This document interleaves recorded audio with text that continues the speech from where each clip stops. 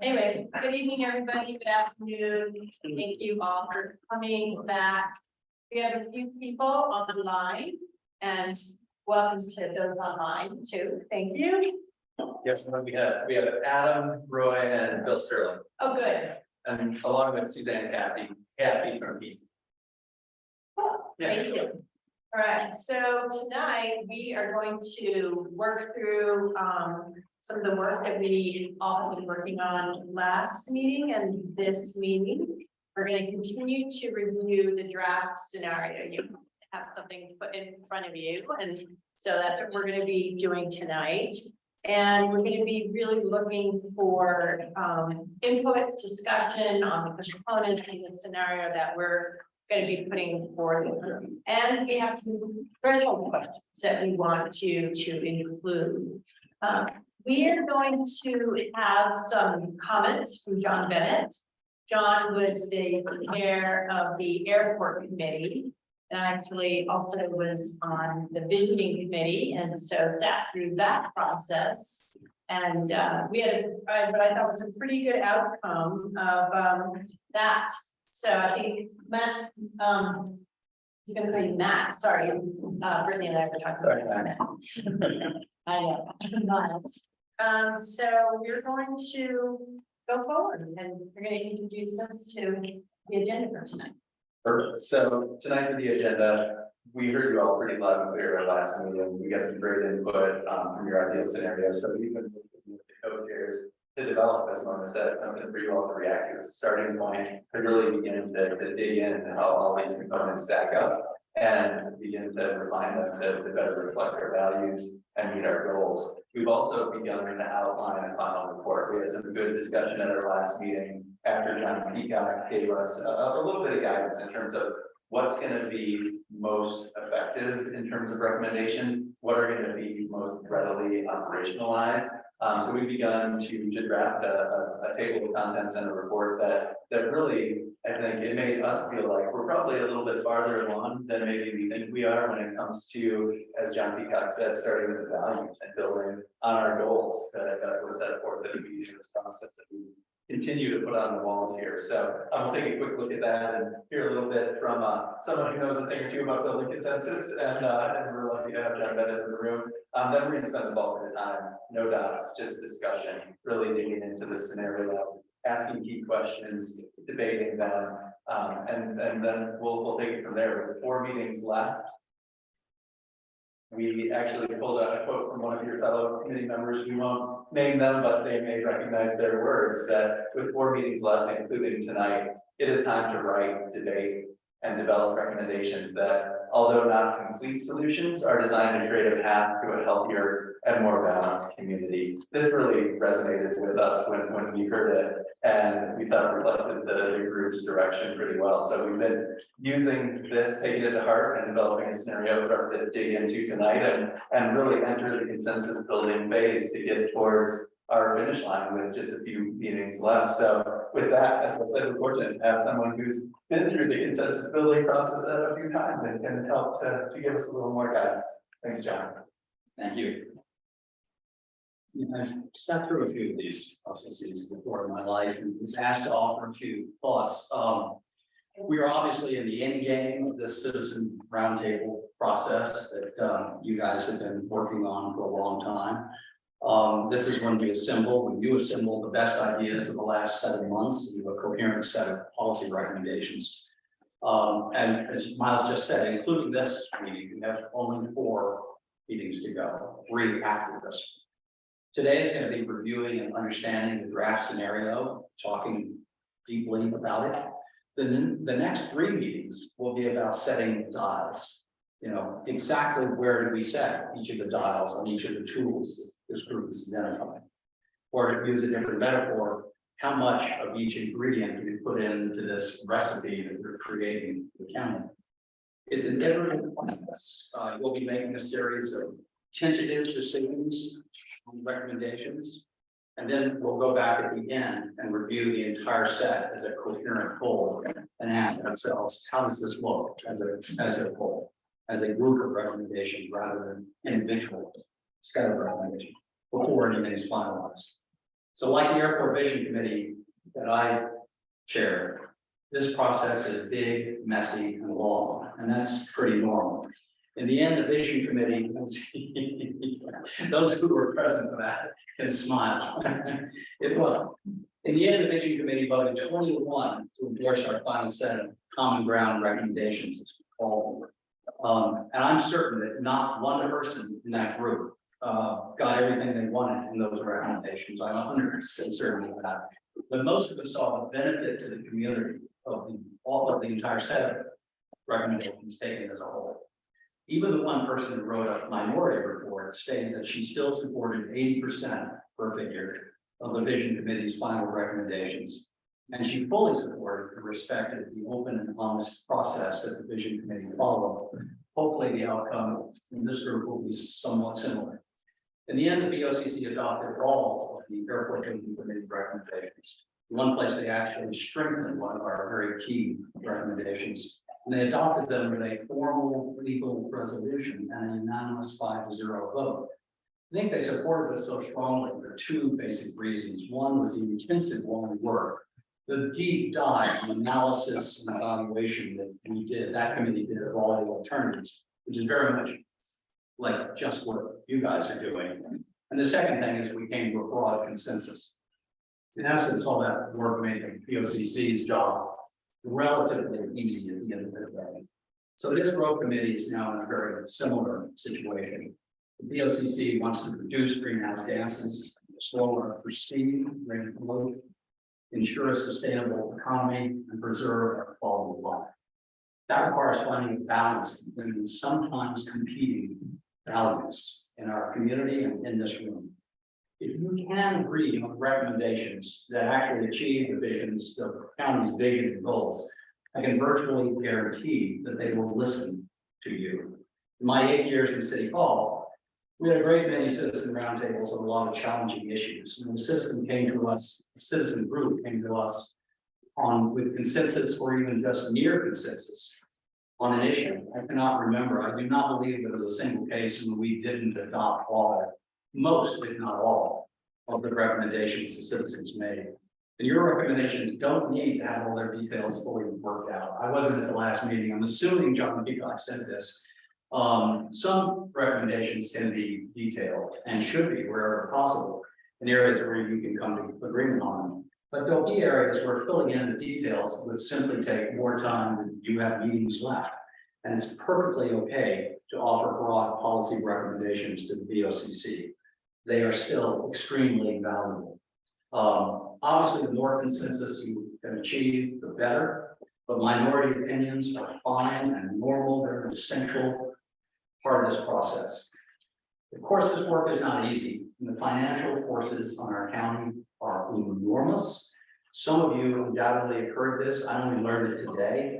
Last week, the chief economist for the National Association of Realtors reported that there are now 107 billionaires living in New York City and 125 billionaires with homes in the Aspen area. That will be up. That was his comment. It wasn't actually, it's not actually total correct. I got it in an email and quoted it. Never mind. I apologize for it. I was only working for the realtor. Didn't get it right. Okay. Probably the Apparently that's sort of a lot. Well, Yes, it was 105, and you're correct about 107 in New York City from a board report.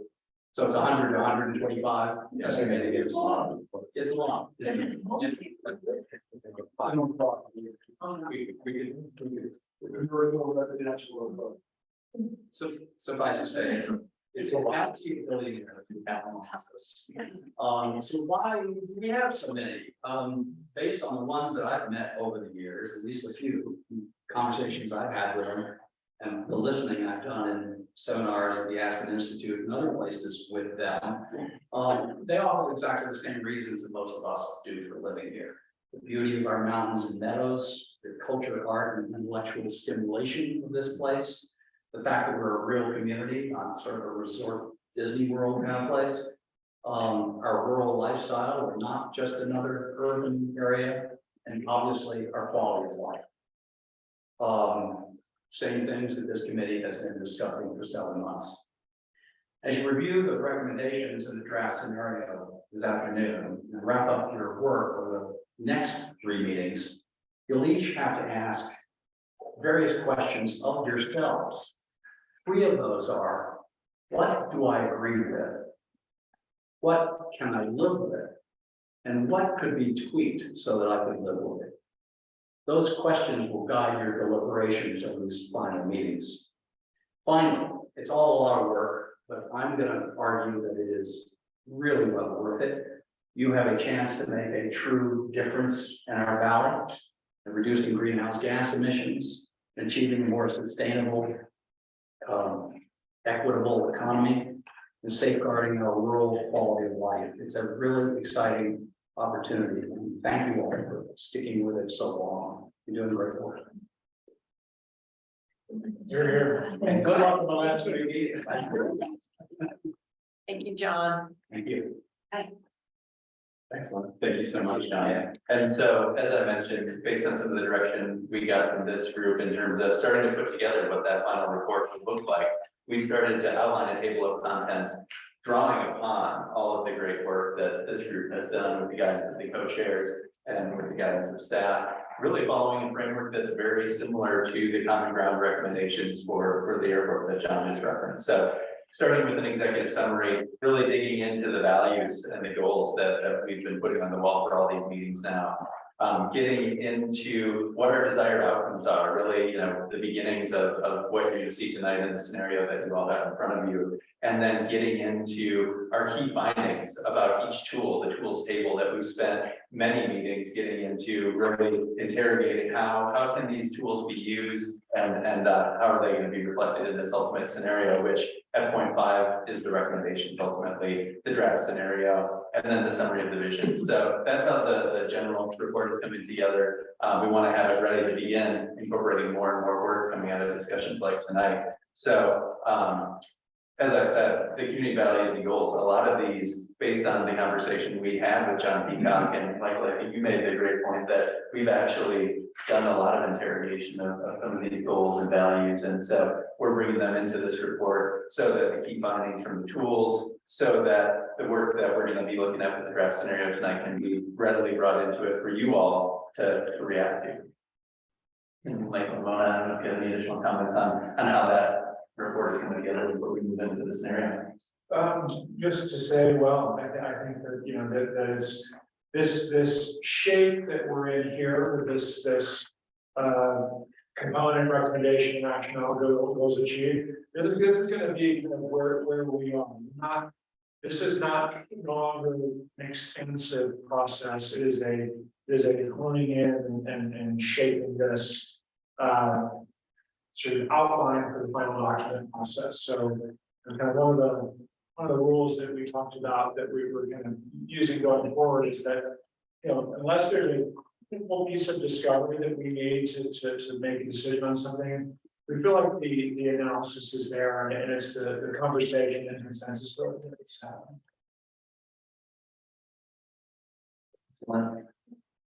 So moving into our draft scenario, you all should have the draft scenario in front of you. You'll have a bigger sheet of just the blown out outcomes table that we started to qualitatively populate with simply some green, some yellow, nothing in here or would constitute a red, something that would reverse progress on the desired outcomes that you want to see. But how we weight and score these, as you see in the MP scoring table on the larger handout, that will ultimately be the product of these discussions. So the intent is to show how all of these things stack together, begin to reflect our values and drive the outcome that we want to see. We know there's probably no one single magical unicorn that will be all things to all people, but working together with the input that we've gotten from you is really a starting point for this scenario. And so on the first page of your handout, you'll see some of the guiding principles from the memo that was circulated in advance of our last meeting.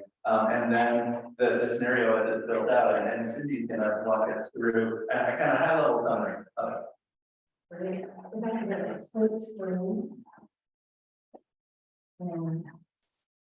Right. Maybe it's, work that. Okay. Alex. Right. Well, first of all, thanks everybody. We are we're to a point where I think we're recognizing what you're saying. The main points I'm taking away from the group are that you want to find a way to reduce the impacts to the environment through the physical environment, the greenhouse gas, impacts to water and wildlife resources, as well as reducing the impacts to the quality of life that we have here. Transportation, rural quality, rural character. So those are kind of the overarching types of themes that we're hearing. And these two, you have both of these in your chart. Well, yeah, there you go. Yeah, both of those in your chart. And I find it the easiest to really look at this graphs scenario for the green that's in your book.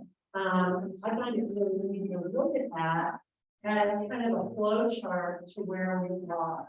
And thank you. And I like to use both the flow chart and what we're calling this vision and outcomes table together, because it reminds me that what we're doing here, ultimately, we're going to fill out this scorecard here. How do our actions affect our goals? And so we created this score sheet, if you will, with the outcomes. Like, what are they green? Are we really doing well there? Is it neutral, or are we actually finding something the way we're working? So we're trying to work between the documents and then go into that other document that has everything outlined more specifically as we go through little by little bit. What helped me to think about the flow of where we are was to look at the left-hand side of the screen here and think about the fact that we've already talked a lot about performance standards. How do buildings perform better? How do we get more to that direct goal of reducing greenhouse gas emissions and move forward with more stringent requirements? And we've talked a lot about the fact that that is sort of a progressive issue as homes get bigger, more stringent standards and more. The second one, you've heard a lot about, maybe when we came up with the idea of let's apply a floor area ratio to the entire county, and that would be the rural parts of the county. And when we did that with the numbers that we saw earlier, we reduced overall gross square footage in the community, and we brought down those greenhouse gas emissions quite a bit by looking at that. Then we took into account some of the other concerns about environmental concerns on a lot. The slope was the biggest one, and looked at the slope reduction formula, and that reduces the gross square footage even a little bit more in the county. And with that, we talked about, should we apply a house size cap? When we look at that floor area ratios, it goes across lot size. Remember, floor area ratio is lot size to house size. So that's in the more specifics are in your packet. Then we took a look at development standards, so section 7 of the code that we talked about. A lot of concern about water, a lot of concern about the use of the land relative to wildlife standards and character. And even design standards came up the last time. If you don't have any components, we look at that. Then we also look at, well, what do we want to do about TDRs? Overwhelmingly, people feel that TDRs are great programming and that we shouldn't just throw out the TDR program, but maybe some adjustments to that program. And we got reports back from people from anywhere from 500 square feet, 1,500 square feet, reduce the value for a 2,500 square foot value. So we can do some numbers where we're doing 1,000 square feet, but let me tell you, no door is closed here relative to any numbers. We heard you, and we heard that you wanted something to shoot at. So we put in numbers. You may or may not agree with 1,000 square feet, you may not or may agree with the number that we left in as our exemption from growth management is that 5,750 square feet as it is today. We left that as it is in our scenario. We just need numbers to start talking about. We pretty much left the TDR program the same for sending sites from rural and remote, historic preservation and constrained lots, but took out other sending sites that are in the code. We want to talk about receiving sites, like we started talking about last time. Where should TDRs land, where should they not land? And then finally, the growth management system, we're hearing that we want to strengthen that system, we want to strengthen it relative to pacing, subdivision, additional square footage. If the exemption remains at 5750, reduce or eliminate even maybe the basement exemptions for habitable square feet and other exemptions that are not as important as maybe the TDR exemption. And then finally, how do we handle things from a prioritization perspective relative to home size and other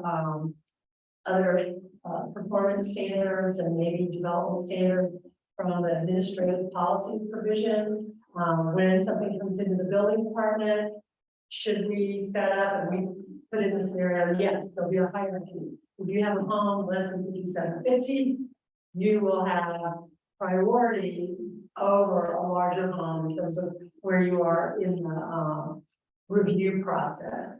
So that's a big overview, just a big overview of what we're talking about. And I can step over to, I won't stay with the block, but I could step over to this outcomes table and say, for each one of those things I just described in the components here, when I look at the more detailed specific sheet, how does that work for me? When I look at what we've said in this scenario about performance standards or development standards and floor area ratio, sliding scale, what does that do for me? Am I thinking that that has accomplished the goal to a really great extent, or is it just kind of neutral, hasn't moved the dial too far? How does it work for me in this?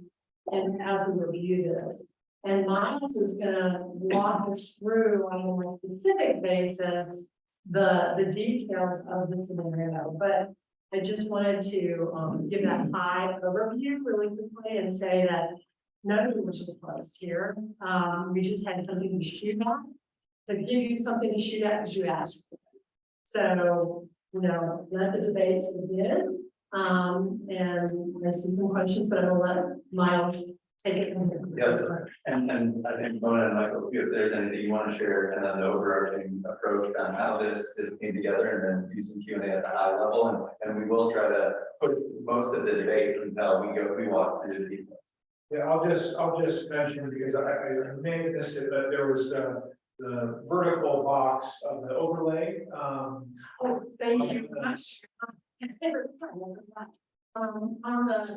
you. On a green sheet here, off to the side. It was okay. Here we are. Yes, that one was getting refined after a deadline. Well, let's remember this, and on the side there, it says overlay options to be discussed. And at our last meeting, I think Glenn was the one who asked for that data that we sent out earlier, which has how many units, what the potential subdivision is in those overlay categories that we looked at last time.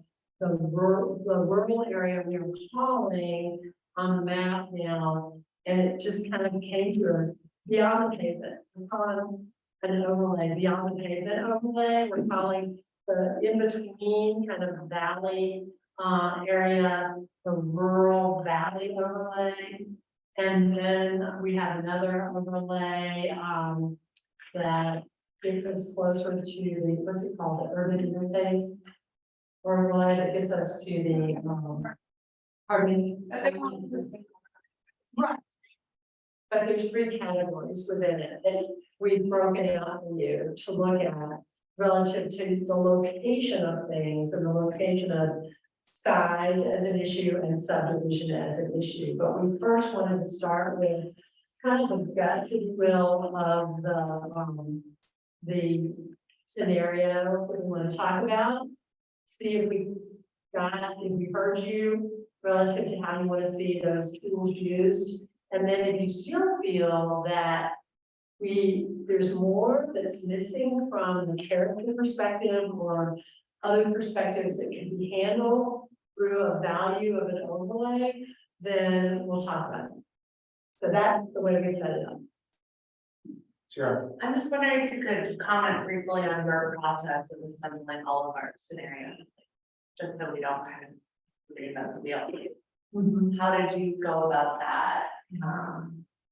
Well, do you want to take it? Yeah, I'd be happy to. So thank you for all the thought that was put into those. We actually took out all identifying information, names and we assigned, numbers to the scenarios as they came in and put them all in one kind of categorized cross-tab database where we could go through tool by tool and see how things align and where the big themes were and where there was levels of detail that were really conducive to the policy level discussion that we were having here. So through that cross tabulation and the distillation is really what led to the scenario that's in front of you. And there were, certainly always going to be some outliers, but there were also lots of areas of commonality. And so, like Cindy said, some of the numbers that are in this scenario to shoot at aren't just based on, well, this is, what we felt like, but it was actually looking at the median of your ideal scenario submission, but then also the dot exercises that we did, the online voting and polling. So it was kind of looking at that all of the above approach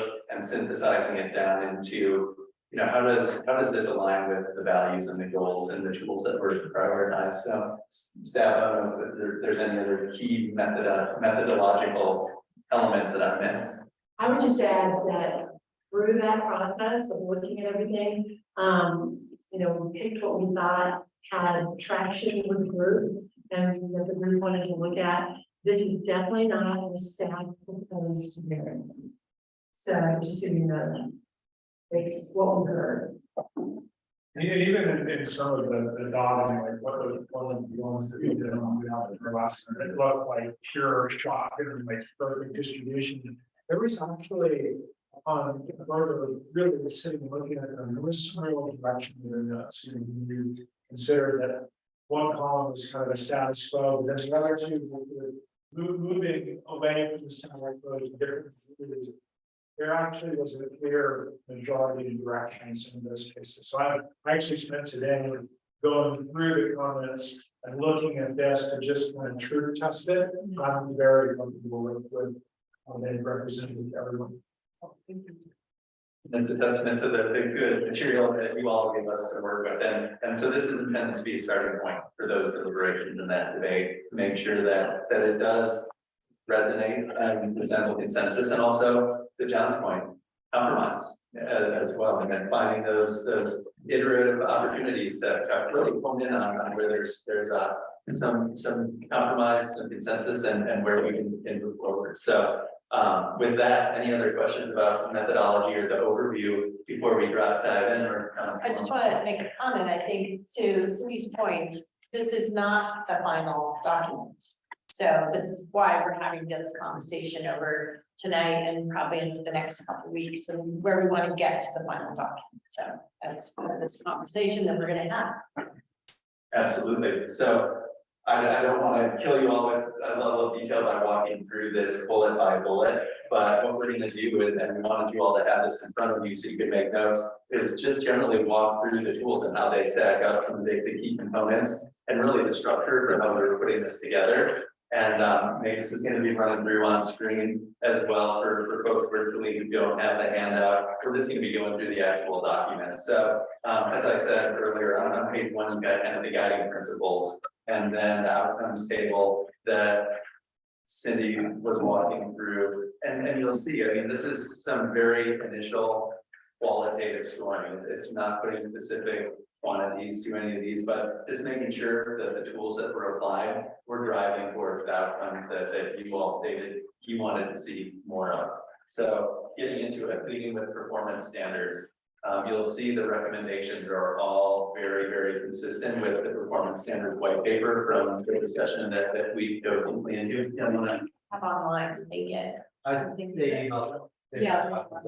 Thank you. And the document, so they're gonna be able to see the exactly what we're looking at as well. Yeah, sorry. So performance standards, this is our first one. You'll see the recommendations that are very consistent with the white paper. And then we also included a column on rationale, really get to the why. And so it's sort of the intent behind it, and also how it aligns to the goals that we want to achieve. And you'll see for performance standards, very bold, very aggressive performance standards may get us substantial progress towards our climate goals, but they're, may not get the progress that this group has expressed wanting to see towards our economic and our community character goals, those other things that all wrap up into the quality of life outcomes that we want to see. So before I move on from performance standards, any comments from staff or co-chairs? And that's okay, I'll pause at each one for any editorializing, but I'm just gonna walk through this quickly and then we can come in and have the deeper discussion. Yes, Ted. No mention here is performance standard regarding cost. That for later discussion. That's a great question for later discussion. I'm gonna make a note of it, and Tim, that's a great point on the bottom of page 4 of performance standards. There are some questions that are outstanding. So for this one, we'll do the same standards apply to remodel and redevelop homes. That's something that was not included in the recommendation for discussion tonight. Also, cost, that's an important one. Miles, would you like us to hold questions? I would like to just run through I it. have the feeling that's where you're heading. That's definitely where I was heading. I'm sorry. But, awesome question. Why do you want to hold a question? I think we have to be talking about these. You're allowed. I think we should be talking about these as you go through And we're going to, I wanted to just really quickly walk through all what's in here so we all can see how the different tools are included or not. And then we're gonna walk through them. We can go line by line, or we can jump around. We debated this amongst the group. We actually kind of had this meeting yesterday. I want one of the big words, we talk words that are in here. And really get into the line by line stuff. Yeah, if we start that now, we will not get through the whole thing. And if one of the concerns is that in the past, when we've done it that way, questions have come up that have been, or concerns have come up that are addressed elsewhere in the scenario. So we're hoping that by going through the whole thing at once, like something that we concern, maybe not in this case, what you have in mind now, but others might say, there's that thing that I thought was gonna live in this location, and it's here. So one of the things we're trying to achieve by going through it all now is to remind everyone that there's an interconnectedness here, and not every component is solving for every problem. So if we can you can entertain us on this approach and make notes. What's the next? We're gonna talk through it. You can circle the word you want to talk about, raise your hand and mention it. And no dots. No doubt. This discussion. So for performance standards, that's an example of how quick we're gonna run through this, so that we can get into the line by line of it all. Getting into our next one is floor area ratio. This is what was in the packet from our previous meeting as well, implementing that countywide FAR. That's a sliding scale for all parcels, and you'll see this breakdown is exactly the same as in the packet from our previous meeting. We did add a net parcel size, the square footage reduction requirement based on flow reduction limitations, setbacks from water, wetlands, things like that, and then the rationale behind it. We'll interrogate this as we walk through it, and then also again, similar to performance standards. The climate goals that could be accomplished through a sliding scale, how does that relate to balanced economy and community character? The next tool that is layered in here, actually, before I go there, you'll see the key questions for area ratio are, does the FAR achieve our rural preservation goals? That's a key question we want to debate. does this ratio feel about right in relation to house to lot size? And some of those conversations starter questions before we get into development standards. This is where really updating some of the landscaping guidelines, standards that prohibit exterior water features similar to what the city has done. Additional wildlife standards to include factors such as watershed protection, regional biodiversity, and mapping that with habitat factors. Converting existing site planning guidelines into required standards, a maximum area of disturbance, for example. And then a key question here is, should we apply a tiered approach with development standards to achieve some of those goals that we want to see?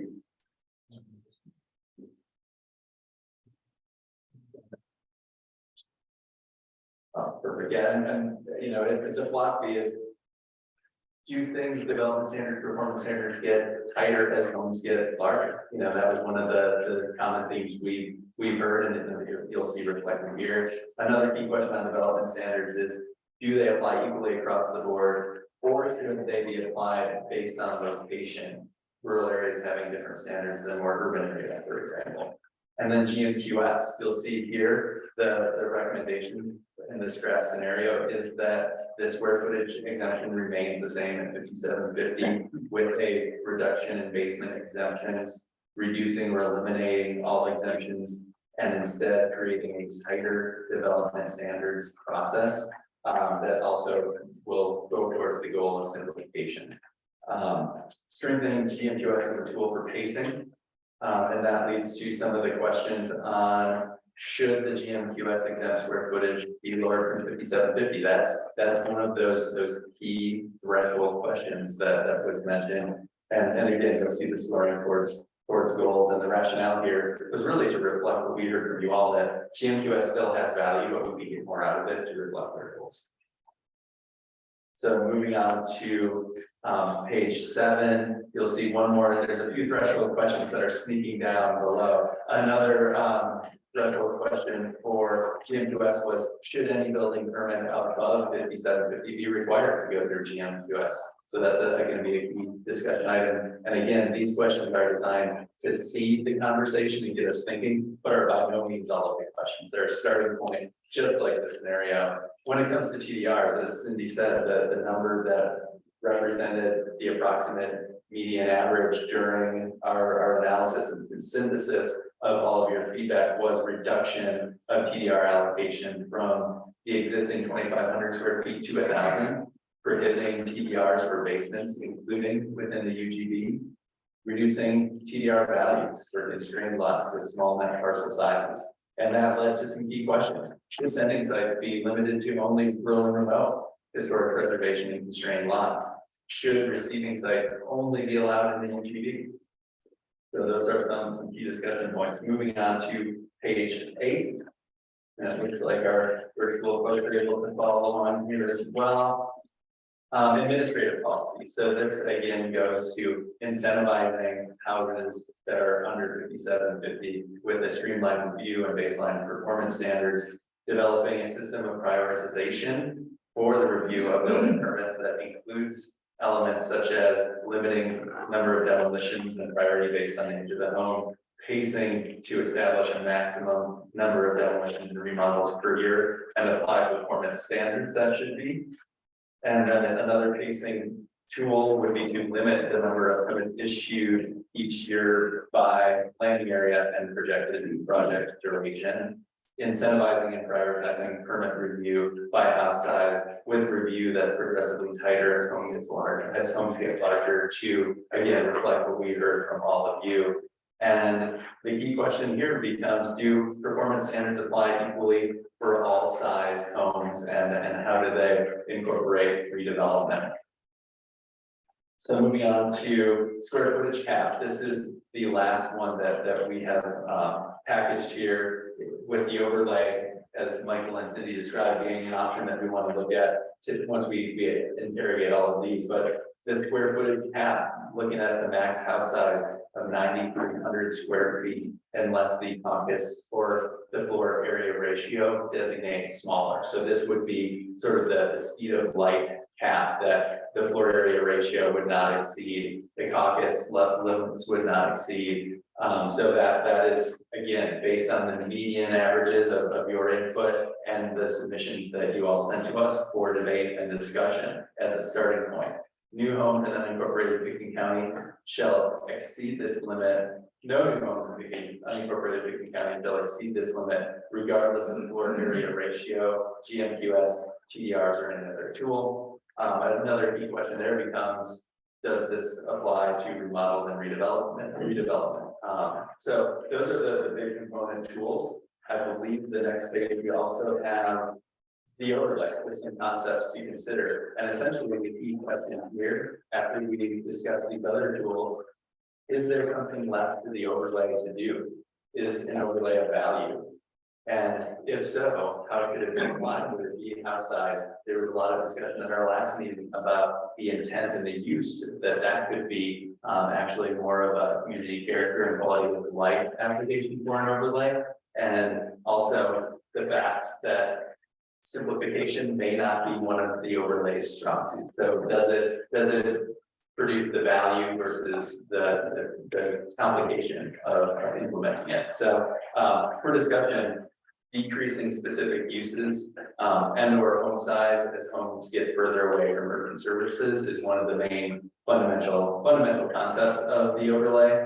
And the overlay categories can establish strict standards and criteria for properties within each overlay to define the intent for that area, determine specific uses allowed. That gets to short-term rentals, special events, where the TDRs land, for example, and then dimensional standards, height, setbacks, things of that nature. And then the TDR option, where there's a potential to limit receiving sites based on a TDR overlay. So some of those factors to think about as we look at, would an overlay produce some additional value when combined with these other tools that we brought into play here. On pages 11 and 12, you'll see there's a number of other tools that can be layered into the discussion, and certainly aren't off limits for tonight, but we wanted to start with the core building blocks to really make sure we had that skeleton solidly constructed, and then begin to add the meat to it here for discussion. So redevelopment, policies around special events, SPR, public education, affordable housing solutions, traffic congestion and mitigation standards, and then the role of mitigation and impact fees. So that's the package as it sits. Mona and Michael, what did I miss? I don't think we missed anything. We're ready to dive in and start having some conversations. So. Yeah. I had a question on the word, the thing about page 8. Under administrative policy, which is like incentivizing prioritize permanent review by house size, which then review is progressively tighter as homes get larger. I don't know what you mean by a review that's tight or loose. And so I just would like some clarification on what's intended about that. It's more standards, less standards, I understand that, but I don't understand that tighter. I think that was just starting there as a reference to, like we said, the performance standards. So that we potentially guarantee more or more strict standards as the house gets larger. Yeah. Right, and that's embodied in development and performance. I think that's where I need that. I think that's a nonsense. It can just be struck. I don't think it adds to this. Yeah, I know this is the same thing. Yeah, I've crossed it out, and I think for this discussion, Jessica's question is a great example. I mean, there are kind of three things we want to do with this. Make sure we understand the scenario and the interrelationship between this, the sum of its parts, and then debate it, discuss it, and then really get to a point where how do we need to refine it to reflect our goals, and are there things in here that we just can't? Yeah, maybe a clarification, and it's a good thing about sentence. But I think the intent behind it is maybe not review is progressively tighter as homes get larger, but it's simplified review for smaller homes. Right, so it's the reverse way to think about that. So for the smaller homes are, have a bigger priority in the review Or process. maybe it's simpler, you don't need a lot of bigger. That's process right now, it can be simplified. And so we do want to hear from everybody, including our virtual folks. So Adam, Bill, Blake, Lydia, want to make sure that you all can hear us, since we're going to minimize crosstalk. If you want to make a comment, let's flip up our name 10. So we'll go with Brian and then Randy, and if you're virtual, raise your hand. I was trying to time the mic too. Sorry, Brian. So Jessica's point raises a question that I had on reading this. The recommendations on pages 3 and 5, the performance standards and the development standards, they read like with one size fits all. But one of the questions is, should we be tiering performance standards and development standards as a function of size? And I want to make sure that those are viable options, because I think putting on my former political hat from my days in DC, there's got to be some gives and some takes in this package. And I think one of the opportunities for gives is to really streamline the process for those homes and buildings that meet the 5750 and below, or whatever the standard is, that we ought to be thinking about a fast track, where if you meet the performance standards, you meet the development standards, and you're under 5750, or you're under the FAR, or you're under the FAR plus TDRs, which is another question I want to ask about. But whatever that level is, if you're under it and you meet all the performance standards, literally, you're good. Like, you don't have to go through the brain damage and the headache of this and that. We can determine what your good means, but I think in order to really incentivize and not just penalize, we have to have at least a 2-tiered system, where the 1 tier is, it's as straightforward as day. And then the 2nd tier is full bells and whistles, full GMQS. If you really want to do it, you can do it, but it's going to be a pain. And you're going to have to meet more strict standards, and everyone's going to look inside your, up, down, everywhere, which way. But we're not saying no, it's just going to be really meaningful.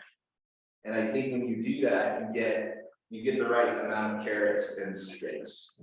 And I just want to put my word out there for, I see 80% of that. Okay, I was gonna say, how much of that do you see in here? Because I think what you're describing is the tiered approach. So it's not clear from reading the description of the scenario whether the tiered approach is in play for the performance standards and the development standards. And what I would love to know is, what's the difference between the 1 tier and the 2nd tier?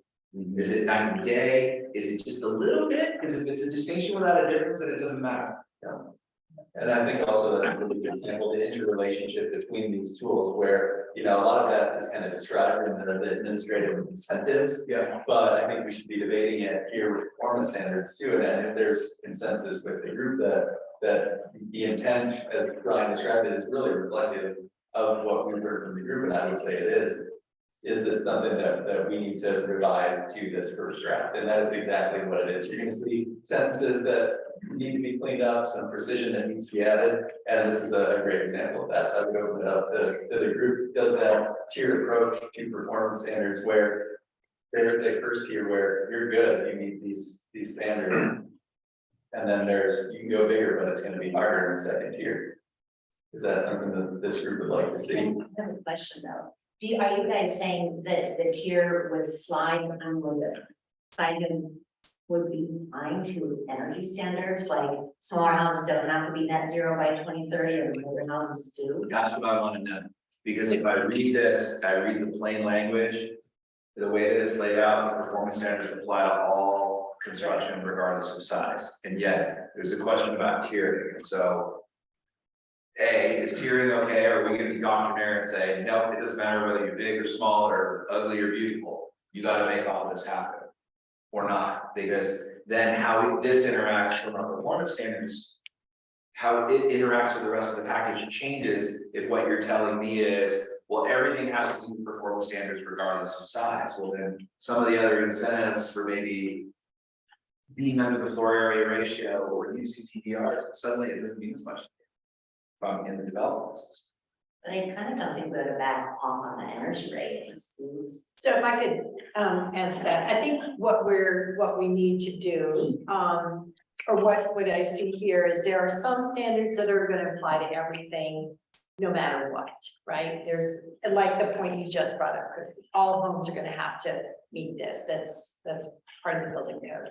And then there's those pieces that once you exceed 5750 and you start getting a TDR, then that's gonna fall into the tier 2, and we can certainly categorize that. We could say which of the standards are gonna, all the standards will apply to every home.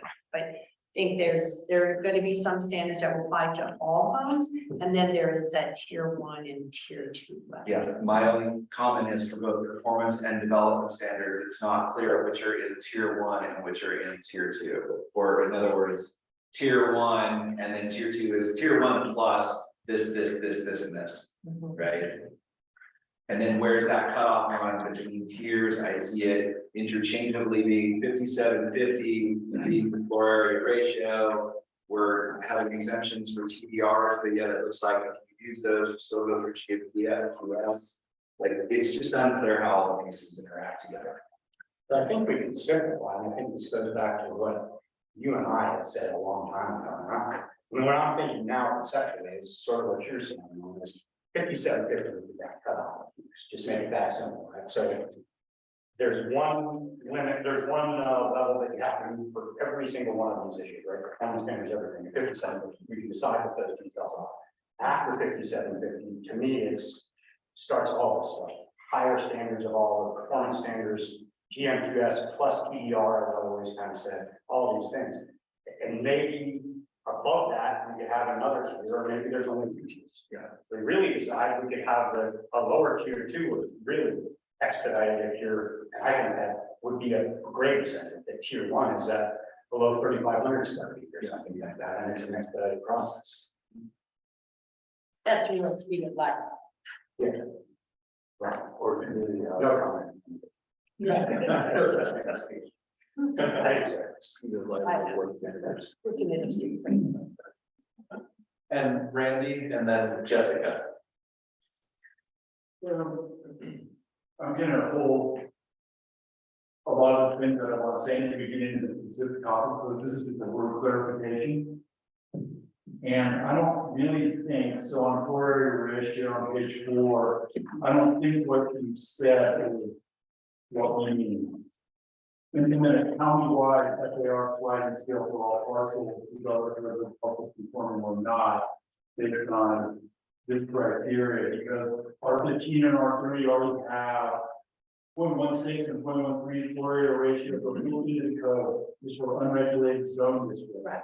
That's the word clarification I'm looking for. We're not looking to change floor area ratios that are applied. But that's what it says. This says everything in the county is going to happen.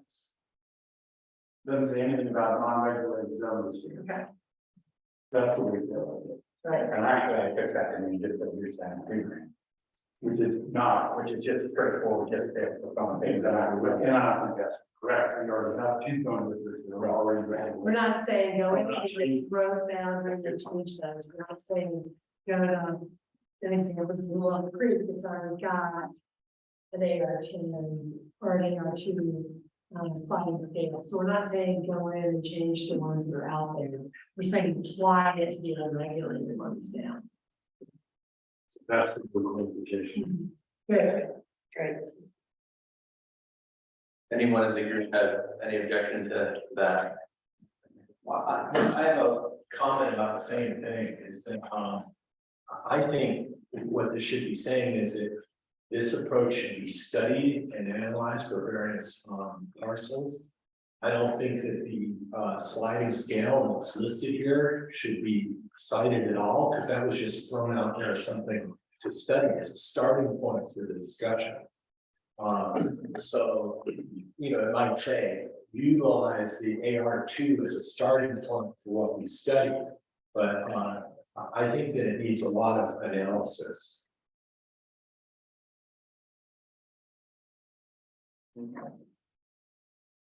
And that's what this is a starting point. So I think that, if But it doesn't there's, say that.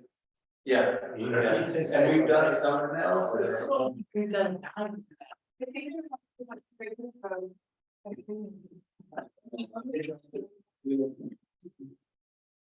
I would offer that clarification from the group, is it something that you will want to recommend a FAR or recommend a FAR and before implementation, recommend further study and analysis? Or recommend kind of the detailed map, but the AR2 sliding scale to the unregulated non-district? I think I would say that clarification in your recommendation would be really helpful. And my point is, we just threw it out there. We didn't like look at it like, look, okay, let's look at Brush Creek Village, or let's look at Starwood, or let's look at a different subdivision and see what it means. You know, really look at lots, and okay, this is what will happen on that lot. That's what needs to be done before a legislative body adopts these floor requirements. I would totally agree, and so I think having that language, if the group agrees, then it gives more flexibility of any of the findings, that it's not this sliding scale is what's being implemented, and the group understands that there's that flexibility. Yes. I had a comment maybe building on what Max and Brian were saying. Yeah, sorry. Relative to kind of what are the tiers, right? And is 5750 kind of that's tier 1? And what I would offer is I think that there is a significant difference between a home that is existing, being expanded, doing a remodel that's going to stay under 5750 and a full screen and replace. And I think that particularly on energy aspects, that the home that is being fully demolished can more easily meet some of the goals that we've outlined relative to performance standards. And the home that is being remodeled is less able to meet those standards. And so I think that that interplay of maybe there's a floor area number or an overall square footage number that identifies tier 1 easy path and tier 2 more difficult path. I think there's this interplay in demolition and straight place that needs to be accounted for. Thank you, Jessica. And we've got Blake, I saw your hand up online. Oh, I was just gonna say, I think Bill has a question and I was using the hand tool to help him. Blake, thank you for the great virtual facilitation. Bill. You're on mute. Bill, you're on mute. Bill, you're on mute. Hopefully you can hear us enough. Still muted. Can you hear me? We've got you. Can you hear me? Yes. Yes. Yes? Yes. Okay. I think it's quite amazing and exciting that we have reached this point. You know, we're talking really about a possible house cap. We're talking about retaining 5750 as a threshold in the process. And I think that as Brian talks about bifurcating the process, there would be basic requirements for all those if we end up bifurcating it with those 5750 or below and then up to whatever the cap is, and using the whole thing with more stringent performance standards. The other thing is that Miles, I presume that net zero means no more fossil fuels for energy for all new construction. Is that correct? And I'm gonna actually refer to Cindy or Caroline on the definition of net zero on this one. If we don't have our buildings official here, but what is suggested right now is that net zero by 2030 is inclusive of, internal amenity and external energy use. Yeah, but it's not necessarily an all electrification as presented right now. Okay, and there needs to be, I think, not part of the same proposal that we come up with as a group and give to the BOCC at the end of the third meeting from now. We also have to give them a secondary thing, which is a path, suggested path to convert every building in Pitkin County to net zero. And they all become electrified. There has to be a path that we put together. It would be a subsidiary thing, I think, to the overall thing that you have laid out today, which I think is a very good framework for us to follow. I think it's a terrific framework. And because now we're starting to parcel out and touch on this particular and that particular thing. But we can't forget the conversion, the transformation of that built environment, which is causing 60% of the carbon footprint in the valley now. Thank you. Thanks, Bill. Yeah, thank you, Bill. Yeah, and Bill, that's one of the elements that we have been talking about. That is, I think part of the one of the final pages where there are some things that we haven't quite addressed yet. I can't remember where we put exactly, it might have been It's actually on page 3. page 3, thank you. The second. Oh, yeah, I'm looking at it.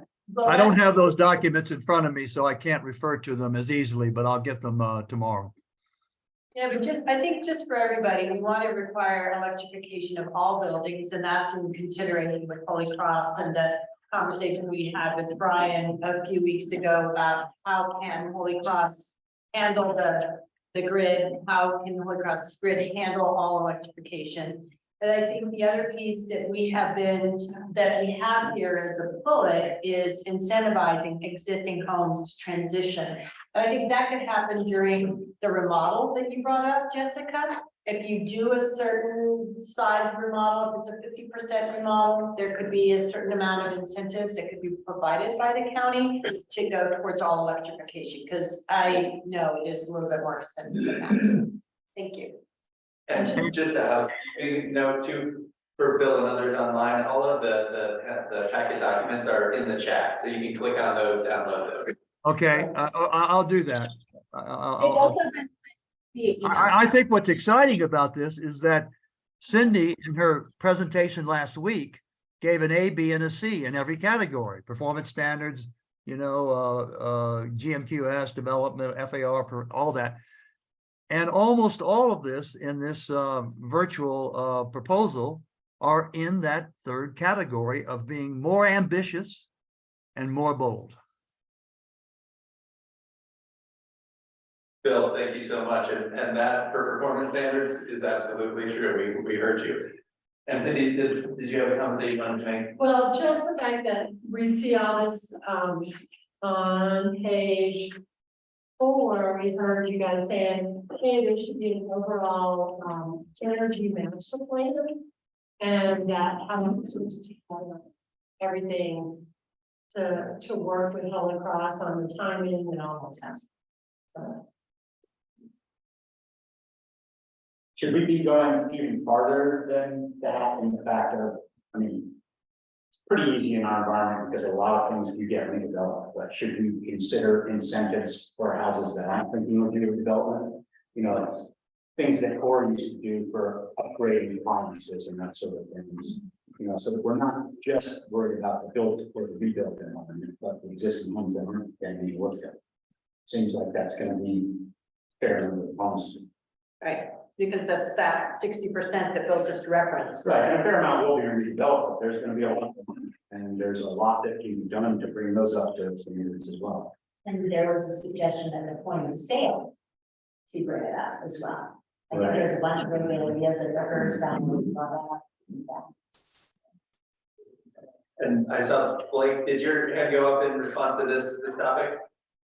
Yeah, sorry, someone may have said this and I couldn't hear, but you know, with remodeled homes going to net zero, I think we might want to think about the language there because, you know, a net zero home requires a lot of sighting and orientation to the sun, and there's a lot of, you know, it might be very difficult to make a home that was developed a long time ago net zero. And in that example, I think I mentioned in Washington, D.C., you know, they basically put a report together that everything they could do to this building to make it the most energy efficient possible, you know, and while they made huge impacts, it wasn't, you know, they were not able to get to net zero. So we don't want to discourage people to take on energy retrofits because they can't meet a goal that's very difficult to attain. Like, that's a really good point. I think it just reinforces what Jessica had mentioned as well. That, you know, for a full scrape and demo, it may be easier to get back to a net zero than a remodel. So that's a really good underscore. And August, did you have a comment just on the technology? And I'm asking you to try to keep it brief. Yeah, I just want to kind of piggyback a little bit on what Blake was saying there and say that I think in all of these scenarios that we're looking for offset, whether it's existing or new, but particularly in existing, there has to be some sort of mechanism that allows for, you know, some form of offsetting, whether that is the rent program or something else that's devised. There will be hard limits. There's going to be sites that don't have enough solar access, or the existing home is too X, Y, or Z.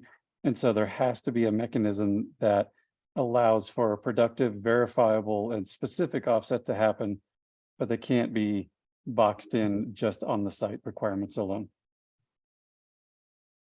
August, thank you so much. And I think that goes directly to the points Jessica and Blake just made.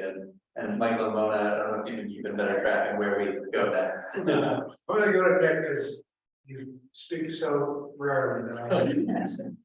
This is important. So I kind of want to go off of what Jessica one we're touching on, which is when I'm reading this, I'm seeing graph and seeing the numbers that have to turn out just as starting points. And I just want to make sure that we're all thinking about what we're putting forward as actual recommendations, if they're specific recommendations, like perhaps square footage, like a max square footage cap ID, or if there's other more nuanced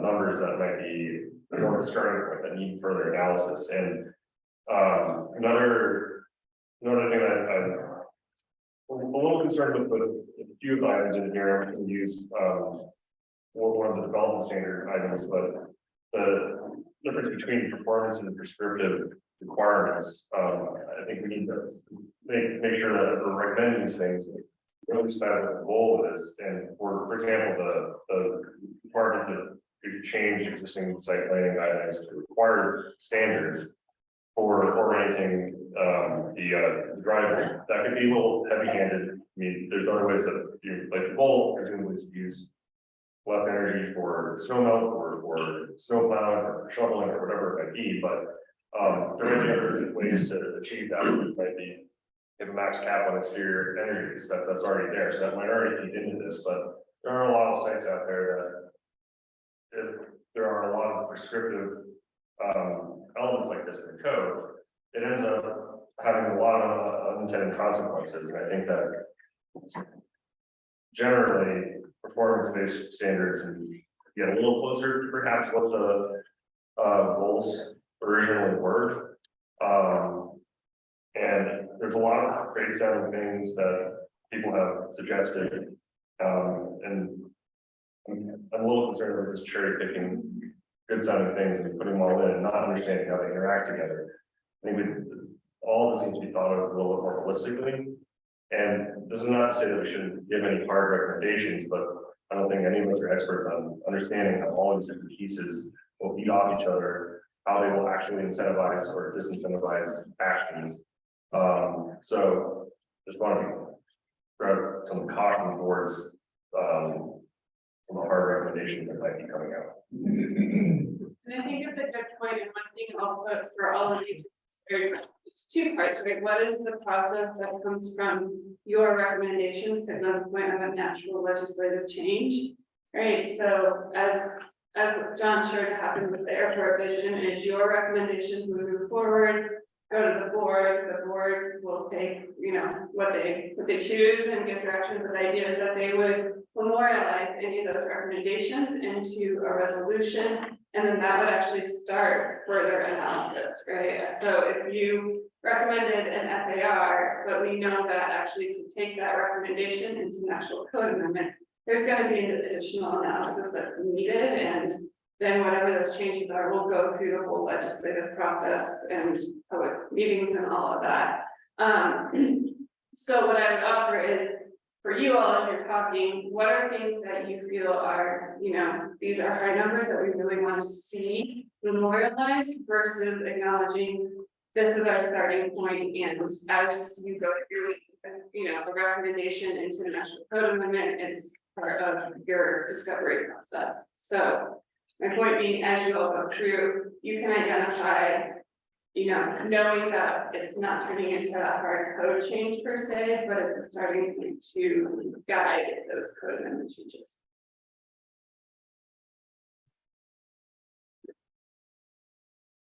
And I think that's part of the reason why we want to have this discussion, because if there's anything that people cannot live with, or that we need to really sort of hone in all over more, that's why we want to have this conversation now. So it's great, some of the stuff that it's being brought up. And I think the performance standards are difficult, and I see myself being part of the problem. I'm sitting here trying to make it really, you know, really reach for the stars. And then I think of what that means for myself in the building and realize a lot of laws are saying only a certain amount of it is possible. But I think that's okay. I think we are not vague, but not completely direct in what we require of us. You know, shoot for the stars, but then it's gonna take a committee probably of August and somebody's very ready and stuff to say, this is what's possible. So I think kind of what you're saying. We put it as much as we can, and we leave it vague enough that we know somebody can make it work. And we also know that technology is evolving constantly. Exactly. And that's the big sort of one of those little bright stars that we can keep in our sphere to help us reach for the stars. Yeah. And to Kara's point, the role of this group is to really state the desired outcome, and that begins the administrative process.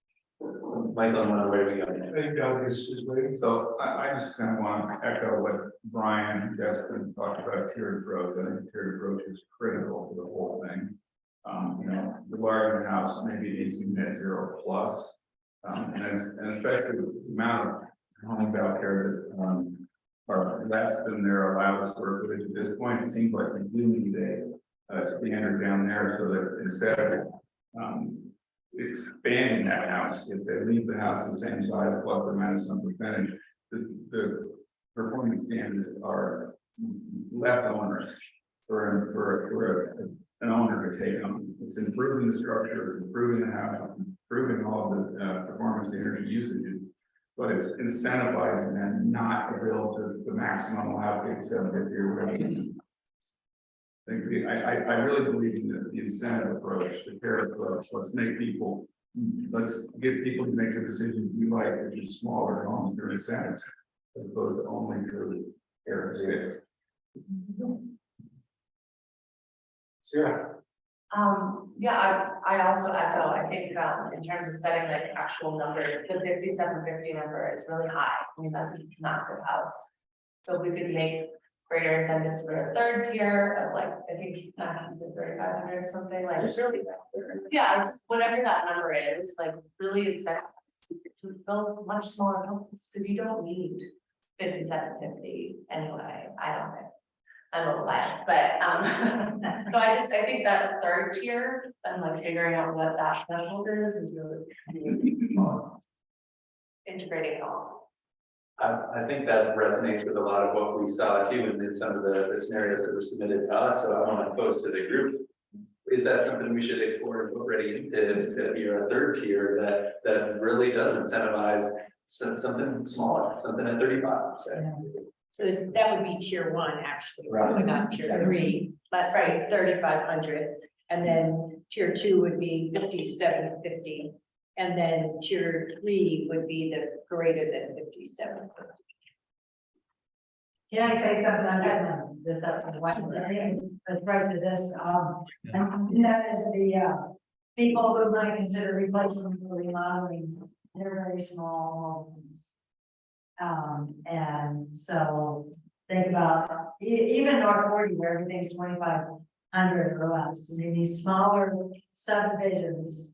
North 40, I mean, look how many there are, there's Lazy Glen, Aspen Village, Phillips, you know, all those places have some really old homes that, I don't think we can make it too onerous for them, and I know there's a lot of, you know, incentives and grants and stuff for, energy efficiency that all these people would probably fall into, but, you know, and then I was wondering, what constitutes a remodel that kicks us into having to go through the process as far as, I mean, if we're just replacing flooring and maybe remodeling the bathroom, where does the amount of construction you're doing on your house, you know, kick you into a full-on remodel that would be?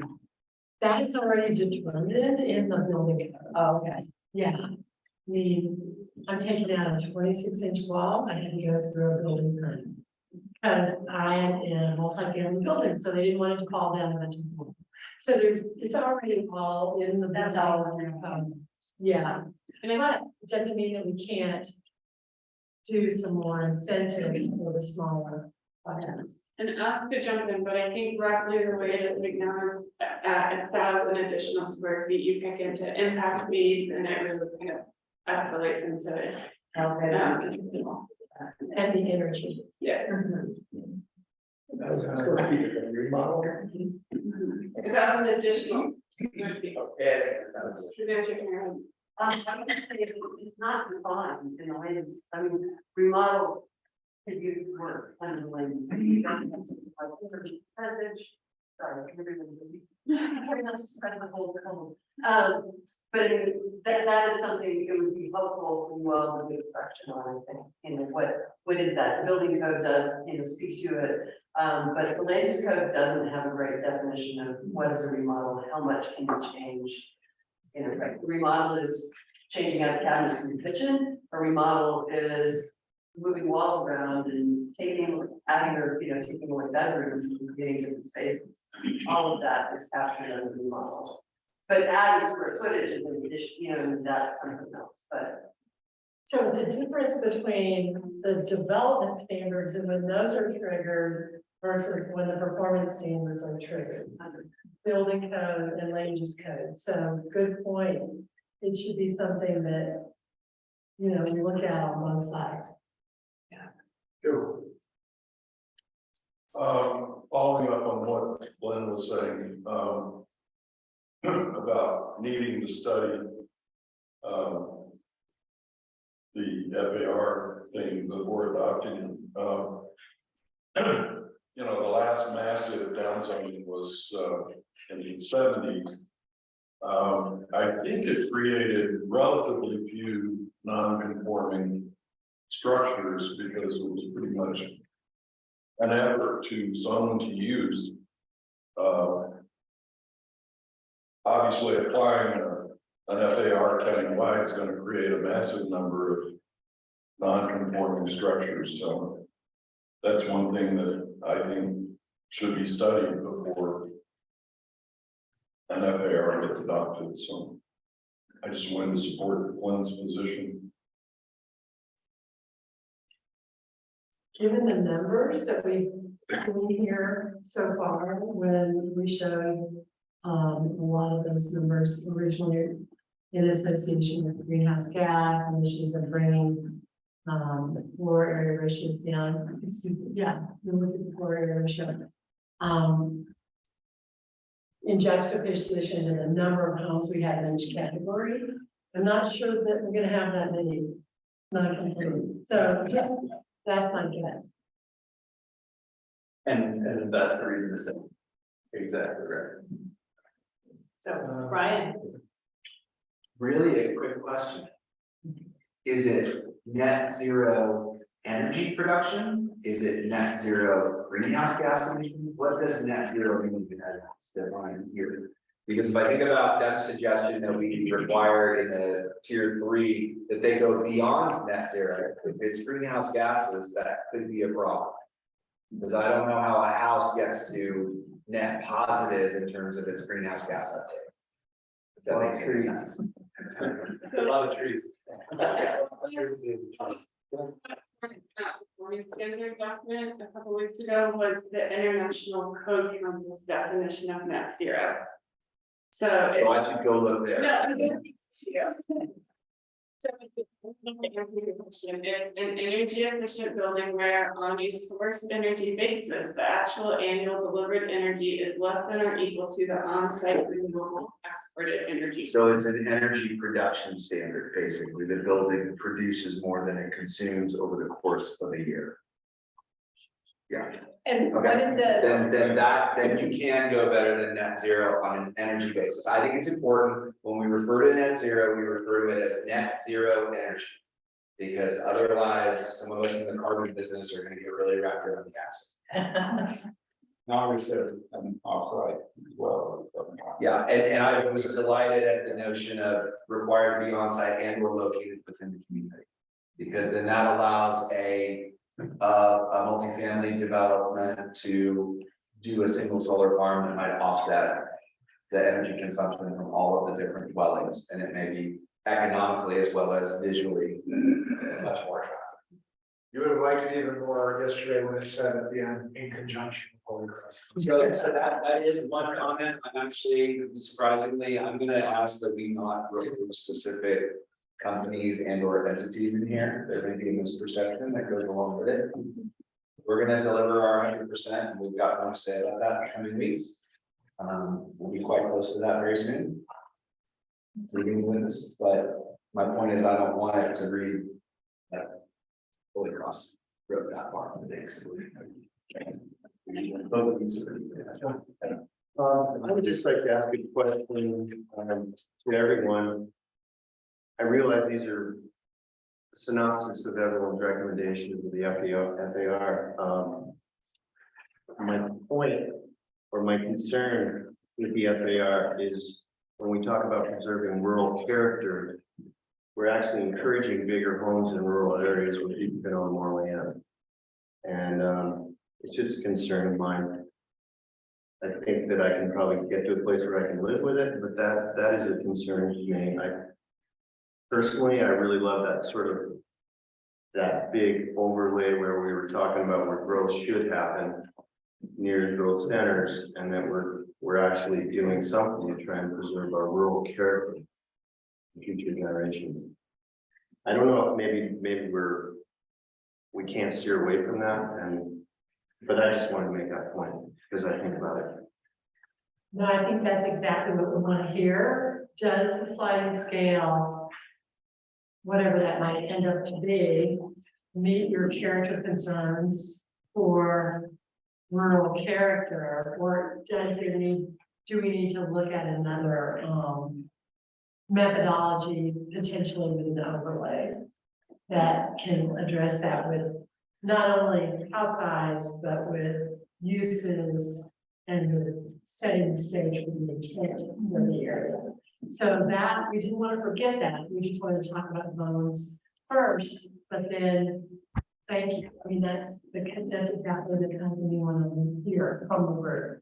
And John, there's the question that you just asked, we can now kind of double underline the question that was in that section again. On the top of page 5, does the FAR achieve rural preservation goals? And you're saying, from your perspective, it doesn't. And I think that as we start to fill out the scoring sheet, when we start to see, okay, we kind of flip the script and start to view this from an outcomes perspective, does our recommendation achieve this thing?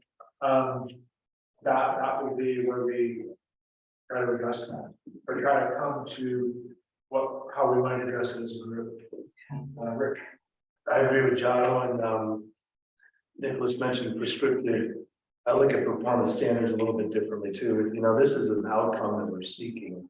How do we get there? And then your comment about land use and that being congruent with these standards is kind of key to the case. If you're going to drive development towards areas that are appropriate, we have a 35 unit multifamily building, they can develop a solar farm on Emma open space somewhere, then they can do that. But if we have a guy that's out in the woods with 15,000 square feet that's generating a $2 or $3 million economy by himself, that's not gonna fly with me personally.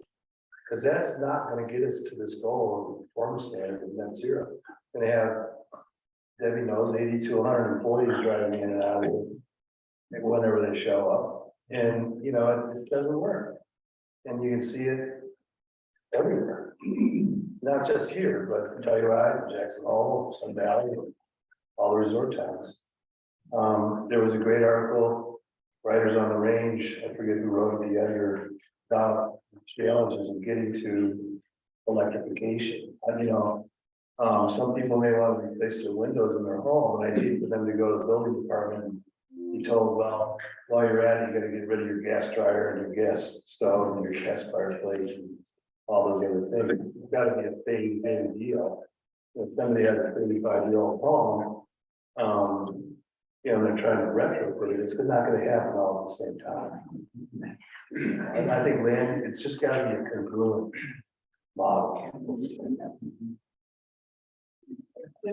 Good point, thank you. Are there others? Good, and then, I'm a little concerned with, we shift back to house cats and FAR. We all heard, John last week talk about not being too granular. So are we really just going to recommend perhaps where we see the top cat being throughout the county? That sliding scale itself is something that's going to be determined when the code is written, not by this week. I mean, I've already seen two separate presentations, one at 9,300, one with a goal of 15. And I don't, you know, I guess if we're going to base this on values and the recommendation we're going to make, how granular, that was kind of a conversation we all had last, 2 weeks ago. I agree with you about having a study, but I don't think that all we have to do is present values and where we see the community as a whole, the county as a whole going. And they're gonna have to, the people who are gonna write this, have to do the studies and see what they're actually gonna write. I mean, it's gonna go to PNC, it's gonna go to VOCC. We're not adopting anything. We're just making a recommendation. right, So, and how granular do we want to be? I mean, some things we're trying not to be. Yet, here we are with a sliding scale with actual numbers. I kind of like looking at it, but then where is this body really going to go in that final document that you outlined?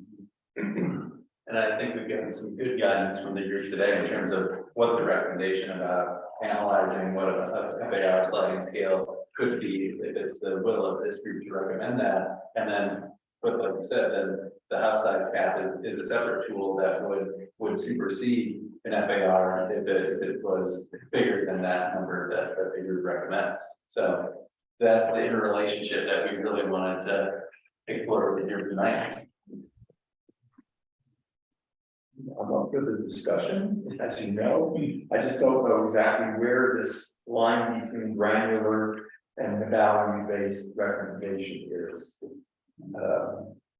So. And I think one, just to follow up on that, it's really up to where all of you really, again, right, the point John Hancock said and the board is looking for is get to the level of detail where you all have consensus to some extent. So if you're at the point of you've got a hard, you know, that you like the FAR and you want it to be studied, and what I'm hearing is start with AR2 as a starting point. That's great. That gives parameters of where to start, because you still want to see the progress of all of your work move into implementation. So it is great, the art from in between it all, finding where you see what will realize what you all of them. I think that some of the specific numbers need not be interpreted as prescriptive, but just, for example, it could look like this, right? And then we could do a kind of a hybrid that a sliding scale would look like this, but and we could articulate why, as you did, more study would be warranted before the final numbers are settled. And now that's it, you cards. Yeah, that's what I was gonna speak to, is, I just don't think we studied it. We, we kind of went through it first in the first manner. So I think that you really need to get into the nitty gritty of studying it, and to speak to what Cindy mentioned, we don't really know how many non-conforming structures that we'll create until the sliding scale is set up. And I do know this, and I mentioned this, I think previously, is the non-conforming use and structure section of the code is like terrible. It's like, it's just awful. And Suzanne can speak to this. It needs to be fixed and rewritten, even if we don't do anything at all. But if we create, 50, 100, 200 non-conforming structures, that section of the code needs to be studied and reworked. And, I'm not sure everyone here realizes it because they don't work with it the way we do, but I think that this board should make a recommendation that that section of the code be reevaluated and reworked, particularly because of the number of non-conforming structures that need to be created. And I think that's a good, I see a lot of heads nodding for folks who actually work within that and not being one of them, seeing Suzanne and Cindy. I mean, is that a recommendation that this group would be comfortable making, given the advice we have not only from staff, but folks, who work with it frequently? See some thumbs up. One step. Yeah, let's make sure that there's no sideways or down from our virtual participants, but generally is that a recommendation the group is comfortable with? They'll figure it out. Thanks, Bill. And any opposed? Hearing none, I think we've got a new recommendation. Yes. Barney. No, I haven't heard from you. I really appreciate being able to go up with this, and it's a lot of work, and I know you've tried to compile in the fairest way possible. And I feel like the discussions are a little bit back to square footage and house size. And I want to keep reminding everybody about the quality of life piece of it. Because I'm right with Sierra. I see no point in negotiating and giving exemptions and facilitating anything above 5750. But this committee has spent an inordinate amount of time trying to figure out, well, if you go above 5750, then how do you get to do that? And so how many square feet can you go? And what are we going to require to do it? And I'm going, why are we having the discussion? But that's kind of, I just want to throw it out there because I feel like the 50 is, if we didn't have to negotiate or facilitate, I'm not sure why we have to accommodate anything above that. Because I think of those large houses primarily as houses and not homes. And people don't, with the larger homes, don't usually live in them. And therefore, the level that they contribute to our community, I don't have any way of gauging that. But I do feel like the quality of life piece is essential when we talk about it. And all of this negotiating we're doing around, if they go above, what do they have to do? And I'm going, hey, what if we said no? What if we said, no, you actually have this house and you'll probably at 5750, chances are that it actually might be a home. They might be controlling numbers. They won't have people coming up the driveway, facilitating all of their, amenities. And I'm with John, when I look at the acreage, the more acreage I have, the bigger I can build a house. To me, it should be the house. Because you want to. And so I just want to remind us, I love the idea of tiers. But I just want to say that that's scary when I see, gee, if I own more than 20 acres, I can have a 19,000 square foot house. I'm going to do.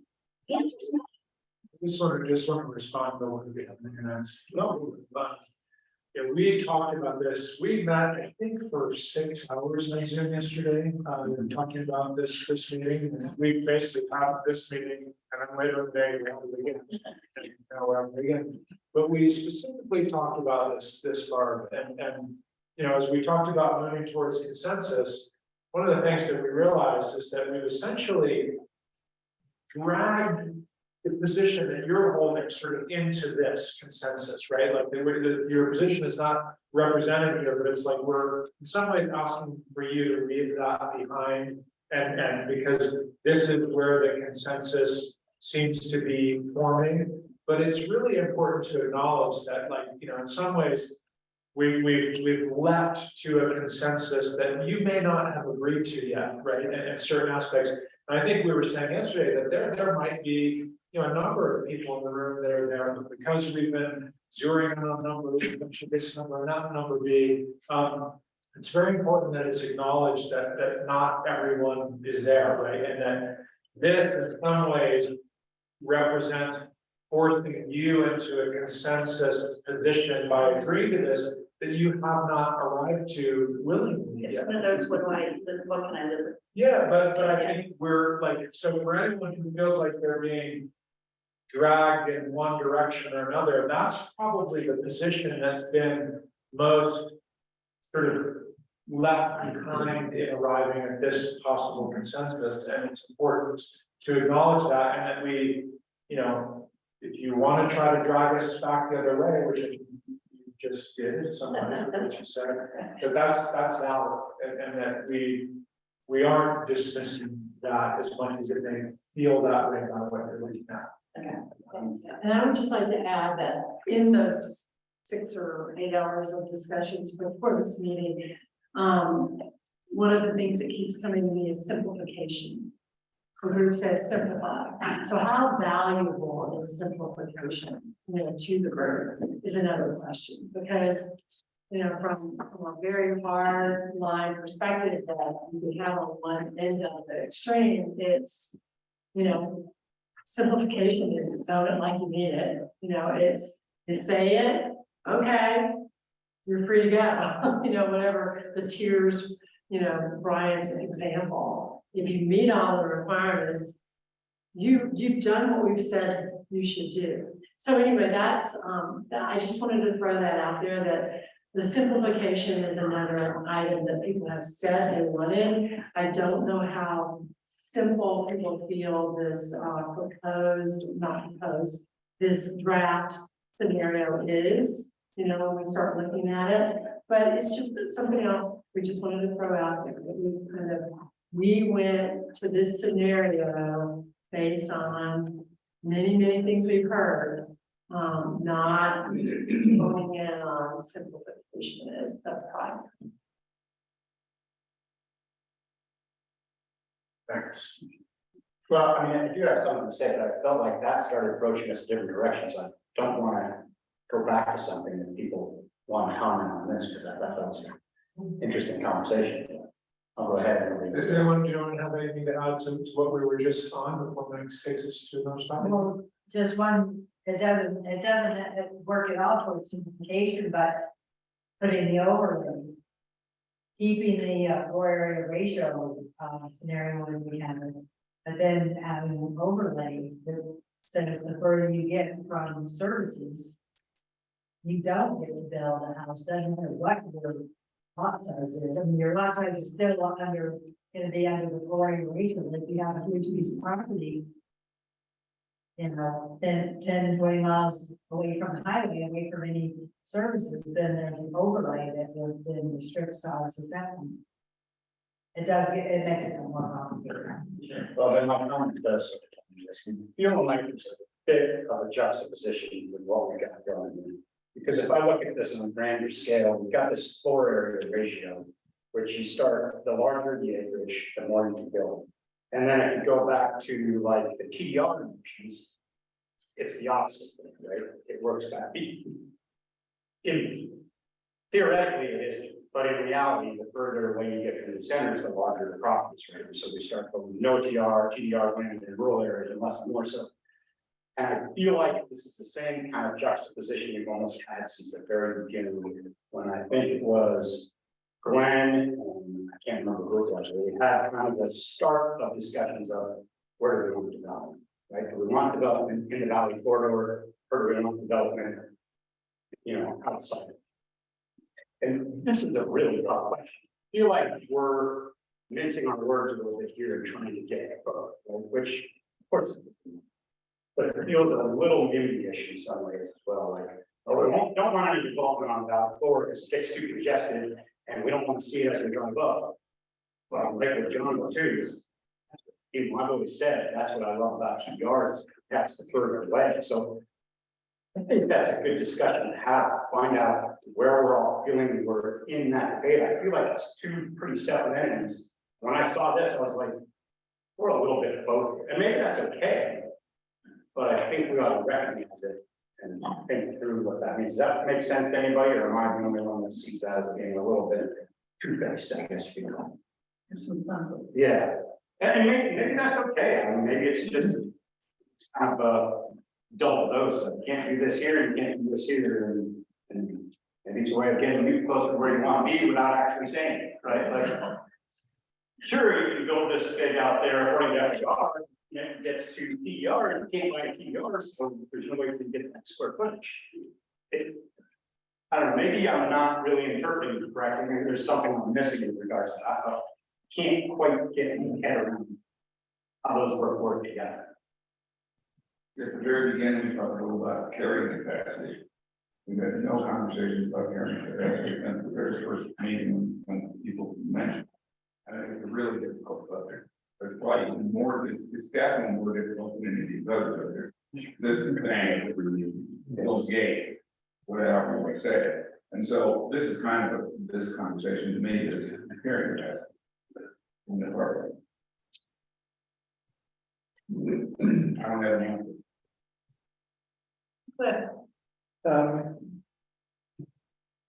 If I had the ability, if the capital was enough for me to take a 5,000 square foot house and make it 10, you could buy basically on TDRs, you just have to buy 5 TDRs. You're kind of misunderstanding, at least from my perspective. They can still build a big house if that's allowed. We determine that you have 100 acres and you can build a 10,000 square foot house, you have a piece of property that big. You may. But not according to what we're talking about TDRs. So a lot of those lots, I mean, like I said, theoretically, it would be, but a lot of those lots would probably land in what we're considering rural areas. And according to this, even though these numbers are hypothetical as well, that's saying possibly no TDR land. So sure, you have the right FAR on this, but when you actually went to do it, you're not in receivers. You could go through growth management stuff. Yeah, but still go through growth You could go management. so. So that's where I'm mixed up, because I was convoluting my thoughts of TDR and growth management, We have, having to go together. yeah, So- you don't have to go through, I mean, you wouldn't have an exemption and be able to go out and buy a TDR and make it a little bit easier to make that happen. You have to go through the growth management process to get more square footage, if you were allowed that with your sliding scale. So it's just another hurdle on making that happen. Or there was a discussion last week of whether or not TDRs should be allowed in certain areas, I mean, or even growth management. You know, should there be a cap in those overlooking areas? Those are all questions that are still on the table for us to discuss, and I know it's hard, and I know those conflicts are there, but this is exactly the conversation that we want. And if I could, maybe one thing that is in the scenario, but I don't think this group has talked about, but I wanted to share kind of the intent there is what we heard from you is the growth management quota system still has value. And there's a value of pushing more people through it because we get community benefits from it. So if you look at how TDRs and growth management is stacked in the draft scenario, it is somewhat of how do you limit bypassing growth management through the TDR program and encourage more square footage to go into DMQF because we can get more community benefit. It's not wiping either out. Might not be where any of you all want to stand, but I think that interplay, we haven't really gotten into with the committee, and I just wanted to make sure that juxtaposition as well is also presented for you to consider. Can I clarify on that? Then if you, under the working draft, if you apply a TDR, you're still going through GMQS, or are you exempt from that as before? You would still be exempt from it, but what is making up numbers here, right? So maybe you have an FAR of 9,900 square feet or something, so. And playing poker a little bit, but maybe I'll decide a TDR is only worth 1,000 and you're in a rural area, maybe you can only land one TDR. If you want to do anything more, you still have to go through growth management. Maybe you can't just circumnavigate everything just with And purchasing a TDR. and to be clear, the TDR is additive to the FAR or the 5750 or the caucus limit or whatever. To the, in this case, in this case, it's sliding scale. Sliding scale. To the slides. But if you think about 5750. Right. But the other thing, change where we're allowing receiving TDRs. I think that's in this, the green sheet. So the TDR system has been abused for years. And more than half of them are landing outside the UGB, which is what it was originally designed to be. And that's, I think, where we're all heading, is trying to push the receiving sites. You're shaking your head, no, I'm saying to you what it is. I have the statistics, you have the statistics, how many TDRs are landing outside UGB? That was originally. There was a special review for the rural areas, and now what I'm saying is maybe that's not appropriate for rural areas anymore, and an overlay system could. Yes. So the system before just didn't specify that the rural areas were inappropriate, but now that's the shift in what you see. Originally, he said it was very original, they were not in the urban. They're incentivized to be in the UGB, that's why we gave an extra 4750 basement and garage square footage, so that TDR would go to the UGB. And so now it's being reevaluated, and maybe when you've got these floor area ratios or formulas, and then there's gonna be a second overlay, which is the overlay zone Cindy presented. And that can be stated, well, there's a limit on the floor area in those rural areas. And also the TDR program can say that it's inappropriate in like the non-paved area, whatever we call it. And make it so that it's clear that the TDRs wouldn't work there. I think that's what we're getting at. Seems like it's a little Yeah, I mean, overall, what we're trying to do is direct the growth to UGB and make it more difficult to build bigger in the rural areas, and the rural areas can be defined. And then you have your rural and remote areas, right? So that's what we're trying to do, and we're trying to limit abuse of the TDRs, or I don't know if that's the right word, but overuse of the TDRs and the square footage that has resulted from those TDRs in the past. If everybody agrees that we should make a recommendation to take it from 2,500 to 1,000 square feet, so. And doing it that way, you're acknowledging that location does matter, not just lot size, but, and then you're also taking a look, remember how you score something on your final outcomes. You know, if you took the overlay and put that together with the floor area ratio and kind of said more what you wanted as far as how much square footage and how much use of TDRs could be in certain areas, how does that affect your traffic? How does that affect your quality of life issues that we talked about with character? And those are the questions. Well, what if? This goes back to my original thoughts once again. Still not sure I think, but I think that's it. What if that tier 2, which is above 5750, puts you into TDRs and GMQS together right away? And it's a modified GMQS that's just a new different scoring system that's based on all the things we're talking about.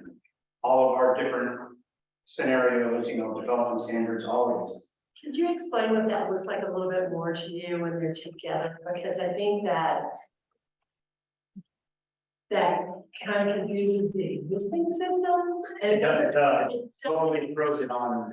Yeah. It's a whole new scenario. Well, how Like, does that? starting, I don't know exactly. It feels like we're trying to simplify. Yeah. And I feel like we're all seem to be kind of coming to consensus that 5750 is kind of this breaking point of this next year.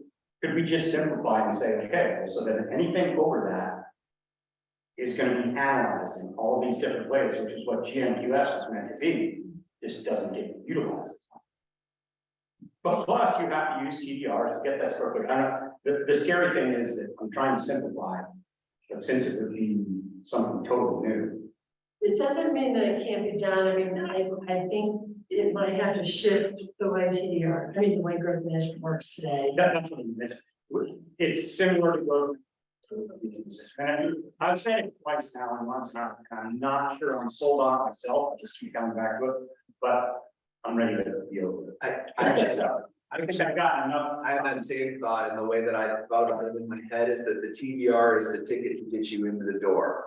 That's what allows you to go through the GMQS process for that size. But I think the difference, Brian, we keep saying GMQS, it would be a scoring system similar to GMQS, but with different rules, right? If you're agreeing with what I'm saying. And under the existing system that, I don't think that could be, but it potentially in the TDR was a development standard versus an exemption from growth management. Right. Like, It's almost like a permit to go 1,000 above whatever, size limit you're at that point, right? Whether it's 3250 or 5750, it's an extra 1,000 on top of that you purchase by getting the TDR. And then you go through whatever, whether it's tier 1, tier 2, tier 3, you go through whatever the requirements are at that level, right? Tier 1 would be super speedy, tier 2 would be some, tighter performance and development standards, and tier 3 would be full blown GMQS for all the bells and whistles. Can I try to describe what I think is the appeal of what you're saying, and I very well may get it totally wrong, and that is that right now, TDR is a path to additional square footage that you merely need to go out and find and buy. Yeah. Correct. GMQS, you have to earn. And through meeting, like winning through a score system. Are you saying that being able to simply find and buy a TDR is too easy, and that you need to earn it by being scored for? I thought that's what I've been hearing in this. Yeah, but I'm just trying to speak it back to you in different terms. I want to make sure that I'm doing it right. Does that sound correct? Yes. Okay. And that's what I believe we've been supporting and promoting. Yeah, because I like that logic a lot. I think that, finding and buying is something that is not beneficial and versus earning, Randy.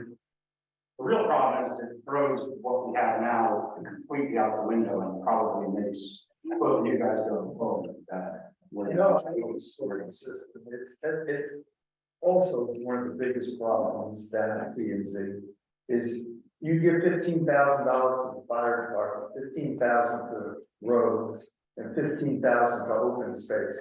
Total 45,000, and you get as many as 3,000 square feet additional to build.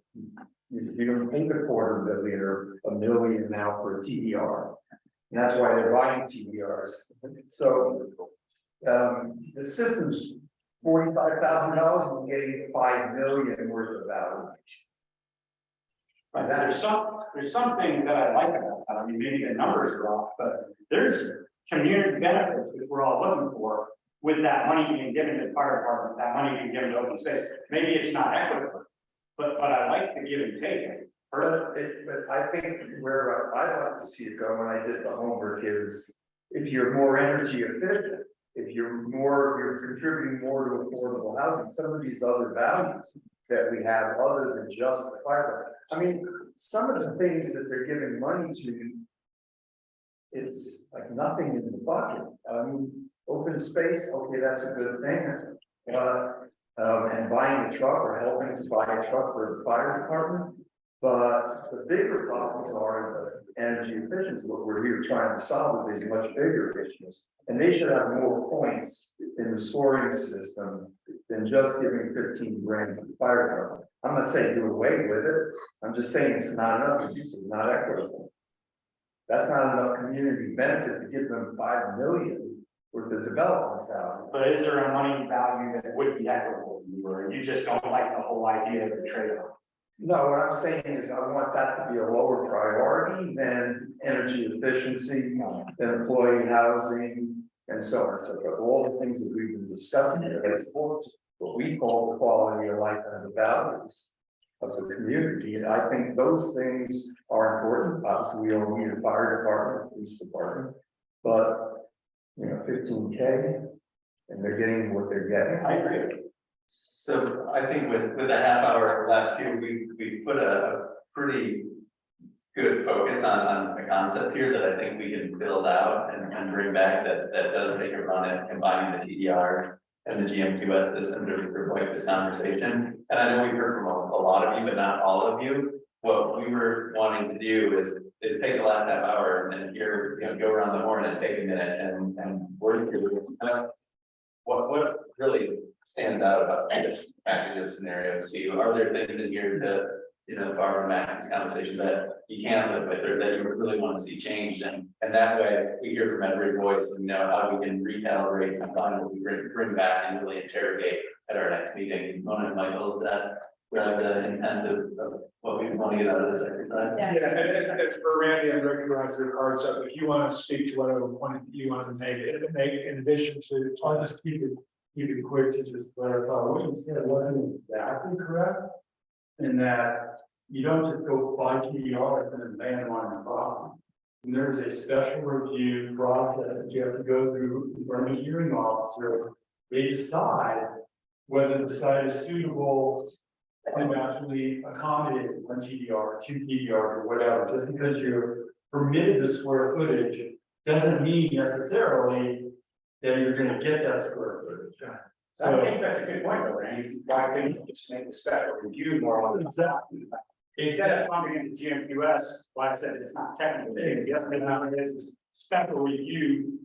Puts all these things on the table. And that would simplify it instead of messing with GMQS. I think that's a great choice. One of the things that I suggested in my commentary that you all submitted our commentaries or whatever. Was that, and you know, Glenn's brought this up before too, that the hearing officer, I mean, we could look at the special report, the staff look at the special review criteria, tighten that up. The hearing officer could come up with a recommendation, and then he's got to get approval from 3 county commissioners. Maybe they rotate so it doesn't become too onerous on them because the board wants more control. And so before TDR gets landed, they got to go through special review and DLCC, 3 of them, they got to vote 2-1 to say, yeah, put 5,000 square feet on this property. So I think that that's a tweak that we could make or suggest that would make landing TDRs more difficult, which I think is kind of what the group is wanting to say. The overlay idea, no, I'm not sure that I'm close to that in that instance about, so in the more rural areas of the county, you can only use one TDR. I mean, if 5750 is the magic number of GMQS exempt square footage, and my floor area, because my lot size permits me to go to 10,000 square feet, or whatever our maximum size is, I can only land one TDR. Maybe that's 1,000 square feet. We decide that that's the right value. And then beyond that, as I think maybe Ron suggested, then you can jump in, you can still get that extra 4,000 square feet to build up your mansion. But you got to be ridiculous to do that. Maybe that's an okay way of kind of take what John is saying and talk about protecting the rural areas a little more. If you want to do much, you're not there this much. You guys want it. But maybe that's a good compromise, because at the end of the day, I want to make sure that we also, you know, just recognize, you know, personal property rights and all the people that own property here, and you know, not just their expectations and understanding of what's important to them. It may not be important to you, or it may not be important to me. But we've got a lot of people that own property in the county. I want to respect that. Somewhere too. You know, I just because, you know, a rural property with 100 acres might be able to build a bigger house. I'm pretty much not feel good about telling that person, well, you know what? You can only build 5750 now, period. You're done. That's it. Solar development things. You know, so I don't feel good about that part of it, but I'm sure that we can kind of, you know, finesse that. And I just want to make one other suggestion. I know we're gonna go around the room, but maybe next meeting that, you know, Barb kind of, we have the opportunity for segue into, okay, let's talk about maximum house size in the county. Let's flesh it out. Let's get everybody's opinion and get to where, you know, I don't really like that, but I can live with it, you know, the 3 points, right? You know, I want it, I can live with it, or let's tweak it and I think I can live with it. TDR program, let's go through some of these big meaty topics one by one, talk about it and stay focused on it, and then hopefully put it to bed and move on. We don't got much time. Yeah, I think we've laid some of the groundwork. We have to a better version of that potentially next time, because I think this tier, potentially tier 1, tier 2, tier 3 idea is gonna reframe a lot of this in a way that I think is sounding appealing to folks. And we started going around the room. It's okay with me to say to you that you just went. And that's fine. I've got those to say. So now, let's start moving. Push the rolling and maybe end with you to speak your final thoughts. Is that okay with everyone? Start moving around the room? Yes. And for virtual folks, if you want to raise your hand, we'll alternate you in. I was gonna say, let's start with somebody in the virtual room, since Any virtual volunteers? Final thoughts, good takeaways from the conversation. Lydia, Thank you, Lydia. Lydia, you. Hi. You know, I might be in the dark about a couple of things because they did not, Emma was nice enough to send me some of the PDFs, but I hadn't had time to really print things out. I do have a couple of questions and I do have some feedback. In hearing what everybody has to say, we're very diverse group and we have strong opinions, I think. And I think that's good because we've come such a long way up to this, you know, getting to this progress report of what we would all like to see moving forward. It's a big piece of information and everyone here has done a really good job of submitting their ideas. My thoughts are, I think that we do have to address the net zero issue, the greenhouse gas issue, the overall quality of life. I do have a couple of questions. So when we're talking about the sliding scale and the caucuses, if a caucus allows 15,000 square feet, then if you're in that caucus, are you allowed 15,000 square feet? Or are you trumped as you were with the smaller square footage size? You would be trumped. Okay. So the electrification issue, and that is all on new or remodeled homes, not existing homes. It would apply to new homes, and then what we want, and we would require electrification for all new homes, and then provide incentives to remodels and existing homes. Okay, so as an existing homeowner, would I be required to become all electric within a certain amount of time frame?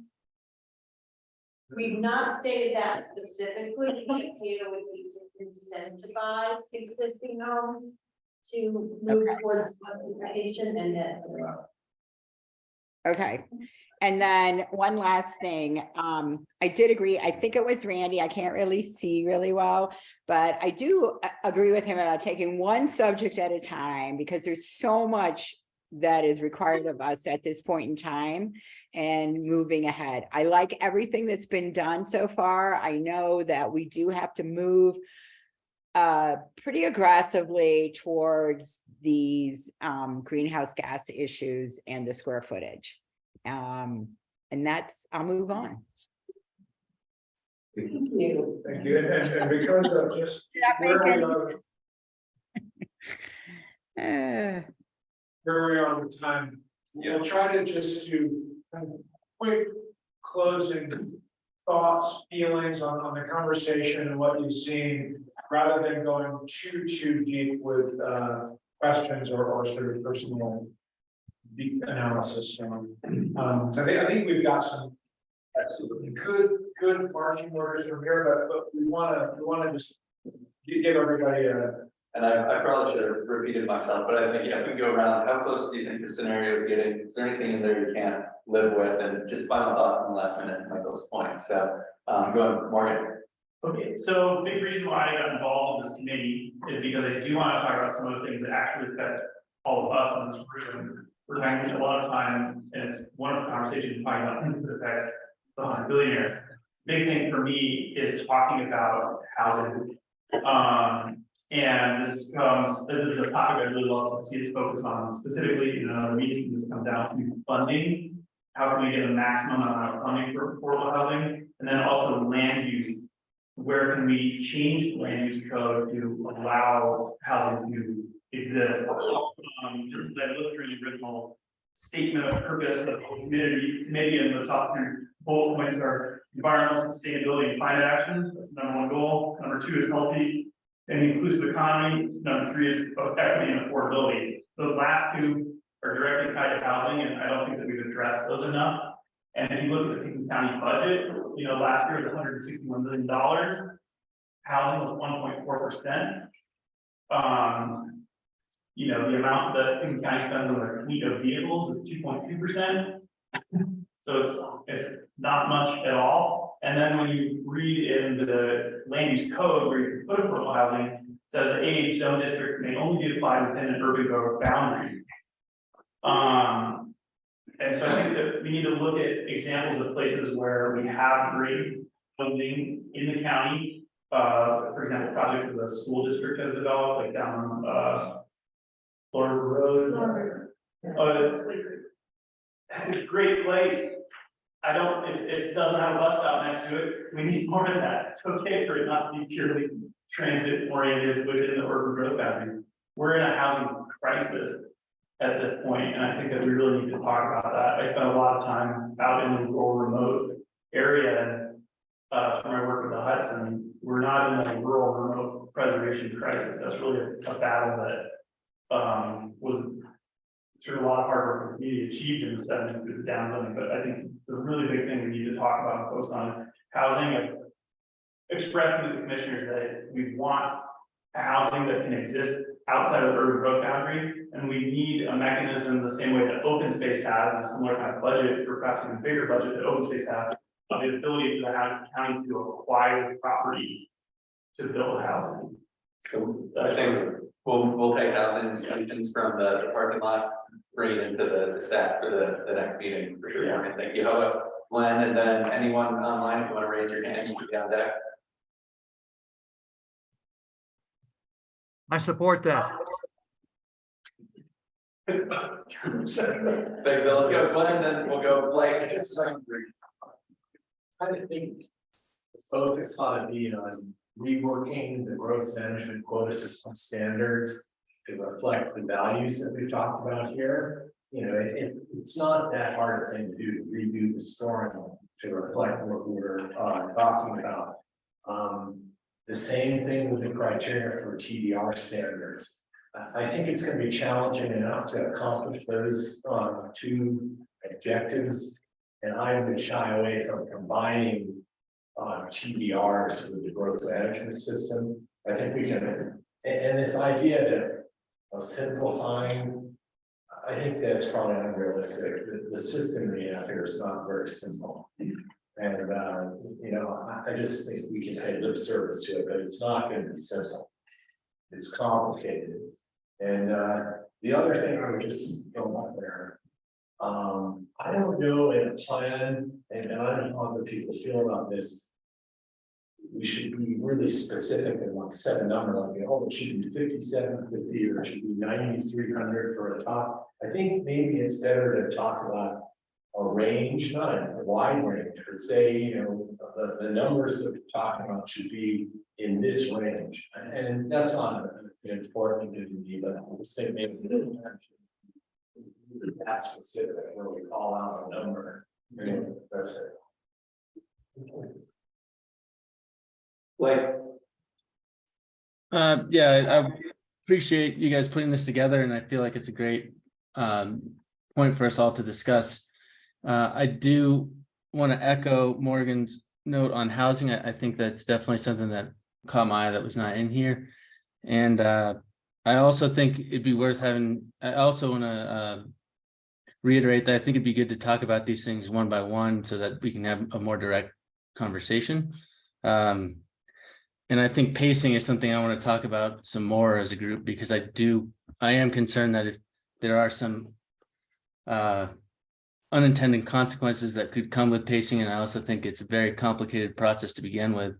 Many of these things are on the drawing board for many years, and I think before they even are submitted to the county, and I think that it should be something that's somewhat organic, otherwise it could become a speculative market on entitlements, and I don't think that would benefit the county. So, I think in general, we're heading in a good direction, but I think it'd be good to discuss things specifically as a group and move on to the next one.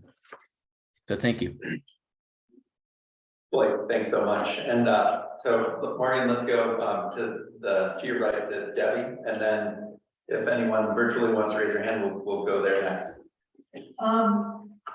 I like the idea of really restricting the TDRs and, either keep them in as, not keep them, but have them work side by side with growth management so that, they're not as powerful. They don't just exempt you from growth management. I think we should build housing, and I like the idea of getting these topics on the table one by one and just hashing them out and making some decisions. All right, I don't see any hands up yet online, so we'll go Christie, and we got Bill, Adam left to go with our membership online. Christie, thanks. I'd like to echo Randy's concern just about personal property rights and the exigency to better handle our climate and everything else. So I think the combination, I think we're headed in the right direction. I think we can wrestle out the points so we can somehow finesse and make up for the operational and embodied energy of a slightly bigger house in the rural area. And in fact, I think there's a clear solution, or a slight solution in front of us, which is I'm still like Bill, very worried about the existing stock. We keep talking about incentives, but incentives are not going to get you that far. You don't have the funds to really help hometown families and houses. And therefore, the little big idea is every time there's a TDR, every time there's any type of expansion of square footage, there is a significant fee, not errant like Chris said, not errant to the fire department. There's a very specific standards fee structure that they're hit with kind of hard to make up not only for the embodied energy, but for all the other impacts they're having. And that goes straight to supporting the middle income houses to bring up their energy requirements and to handle that energy better, as well as affordable ones. I just think all this errant giving of money to the private, that's really important. I think we should observe really solid fee structure. Okay. So thank you, Sierra. Okay, I think tonight was a really great discussion. Process wise, I think it could be helpful next time to go kind of line by line, because jumping around is like making my brain want to explode. But yeah, the tier thing sounds good, incentivizing much smaller homes. And then I really like, Doug, that you brought up the carrying capacity piece. I mean, to me, I just feel like it's unconscionable to have over 7,000 square feet at this point, and it also feels like, and the more we talk about the floor area ratio, the less I like it. It feels like we're just moving chairs around on the Titanic. And, I wonder how we have all this building stock. How can we meaningfully engage with these homeowners to use the spaces that exist that are empty more creatively for the people who are in dire need of housing? I know that sounds maybe kind of naive and ideal, but these are people who understand that we are facing a housing crisis. And some of them, most of them, I think, understand we're facing a climate crisis. So I do feel like in addition to these technical adjustments that we make, we need cultural engagement of people, in a real meaningful way, and, my last one, oh, just like, yeah, I'm glad that there's a lot of, there's, you know, some go wildlife and water, but I think we need a lot more. Yeah, let's get to specific about net zero energy, but like, what are we asking people to engage around their water use? I think we need to be specific. Zero, thank you, Jessica. I want to maybe just underscore what Morgan said. The housing piece is just to me so critical, and I think it's not just about new development, it's about redevelopment. If you're triggering demolition, is there some, you know, level of housing information we need to provide? I'm excited to dig into that at some point. On the TDR piece, we've talked a lot about rural character, and I think it's just so important to remember that TDRs, it's not just about where development is landing, but it's about where development is being severed and not done, right? And that it's just, to me, such an important tool in the toolbox for rural preservation, that I want us to be cautious about the changes and, you know, not gutting that program, but really making refinements so that it continues to be meaningful from a rural conservation perspective. And then maybe just underscoring what Sierra just said about water usage being equally important, and interested to see kind of what a conversation might look like about landscape standards, water features, what building water usage is kind of about. And just excited for the next conversations. I feel like we're going in a really great direction. Thank you, Jessica. Nicholas.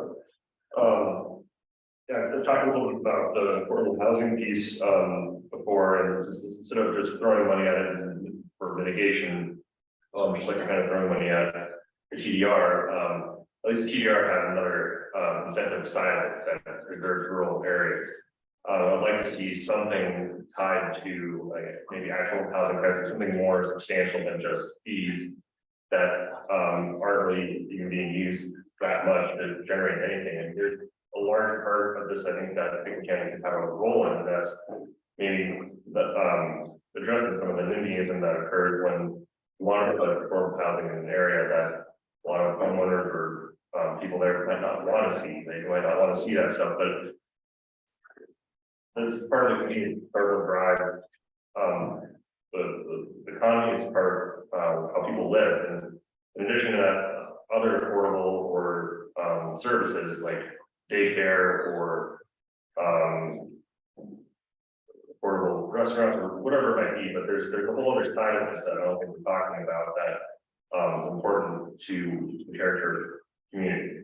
And in terms of like TDRs and preserving rural character, and if we limit the area of places where TDRs can land, I think it makes sense to also reduce the amount of square footage, because I think that's going to balance itself out. If there's less demand for TDRs because you can't use them, that would decrease the value of TDRs. That might also decrease the incentive for people to sell a TDR.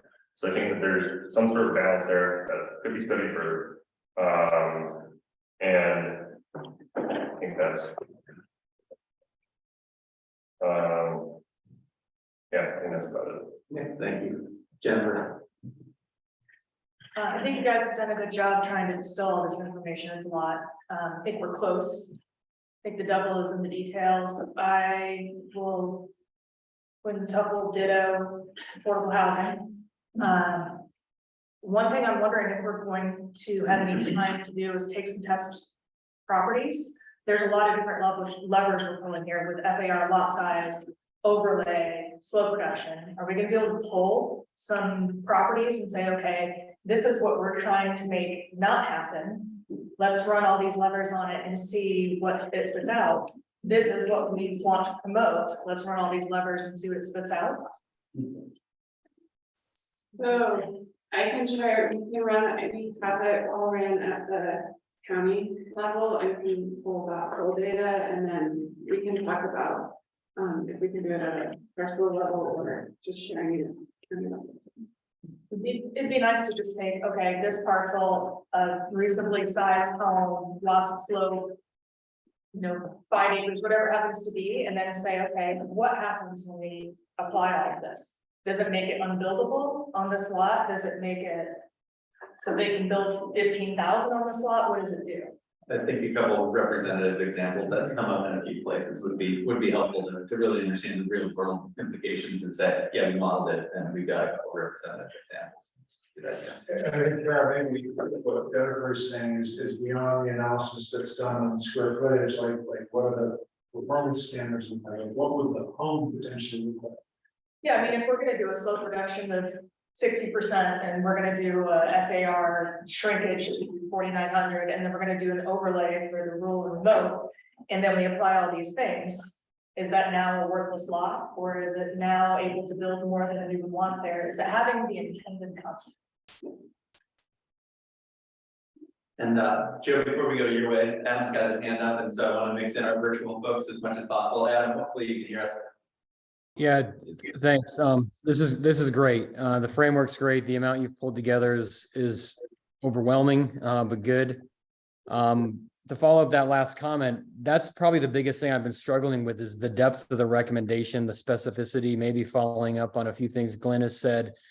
Are we targeting specific technicalities too much here?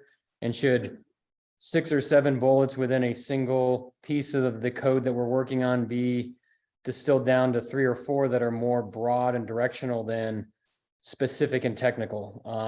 Maybe it's more of a range approach. I think Glenn had referenced that.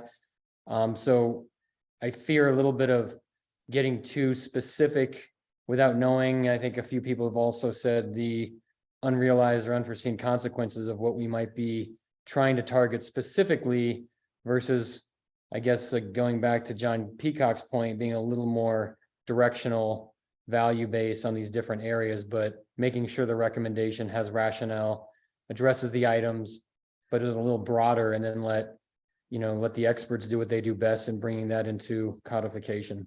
But generally speaking, I'm looking forward, I think I can say, to spending a lot of time on this and really digesting it before the next meeting. And I spent quite a bit of time reading through, the remaining items that are on the list at the back end of the packet that we haven't addressed yet. Housing is in there that we need to obviously address. It still has a big TBD next to it. So thanks for the work. I apologize I couldn't be there tonight.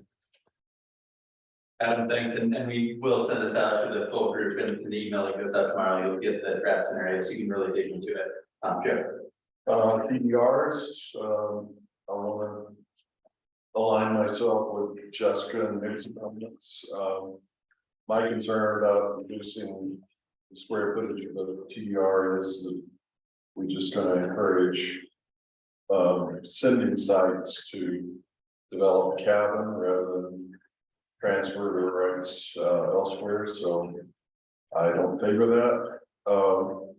Then on the overlay issue, what I was hoping to see was a series of incentives that would take into account the proximity to goods and services, visibility, avoidance of hazards, and whether commitments were made to secure the right to build as opposed to just having a meets and bounds parcel that didn't do anything for the right to build. So I was hoping that's the way the overlay would work. It would be an incentive program to for those sites that are better suited for development. Yeah, thank you, Brian.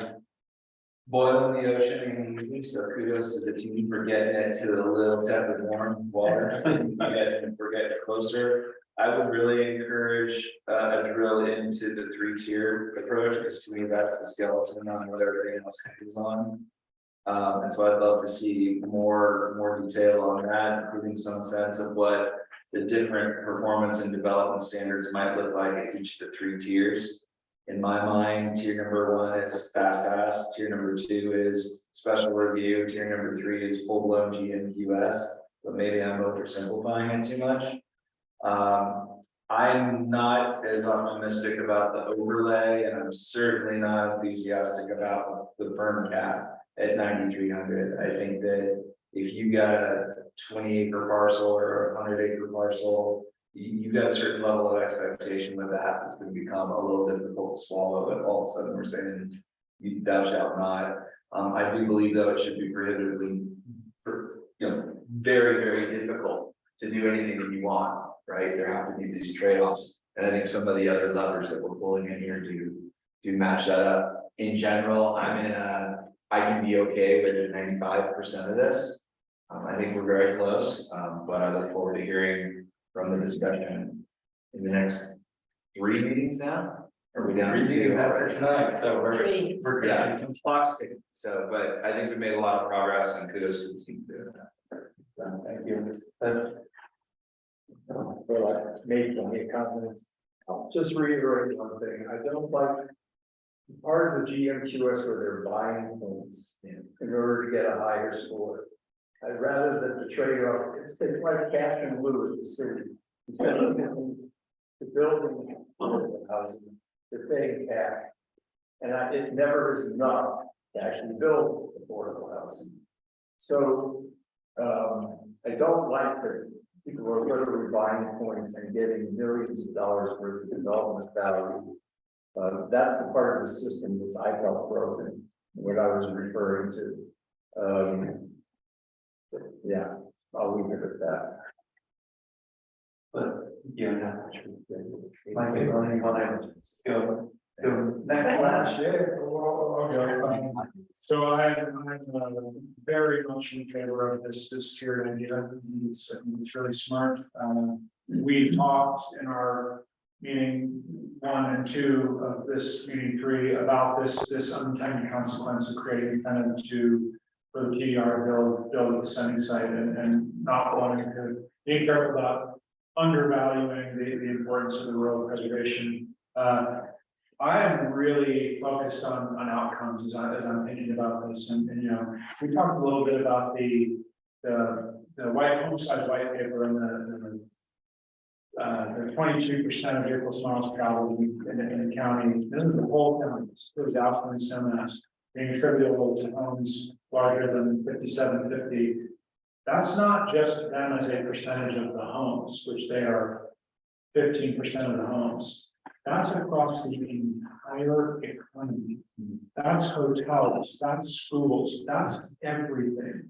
A quarter of our vehicle miles traveled are attributable to homes that represent 15% of our home stock. That is a massive amount of economic activity just on these service sectors now.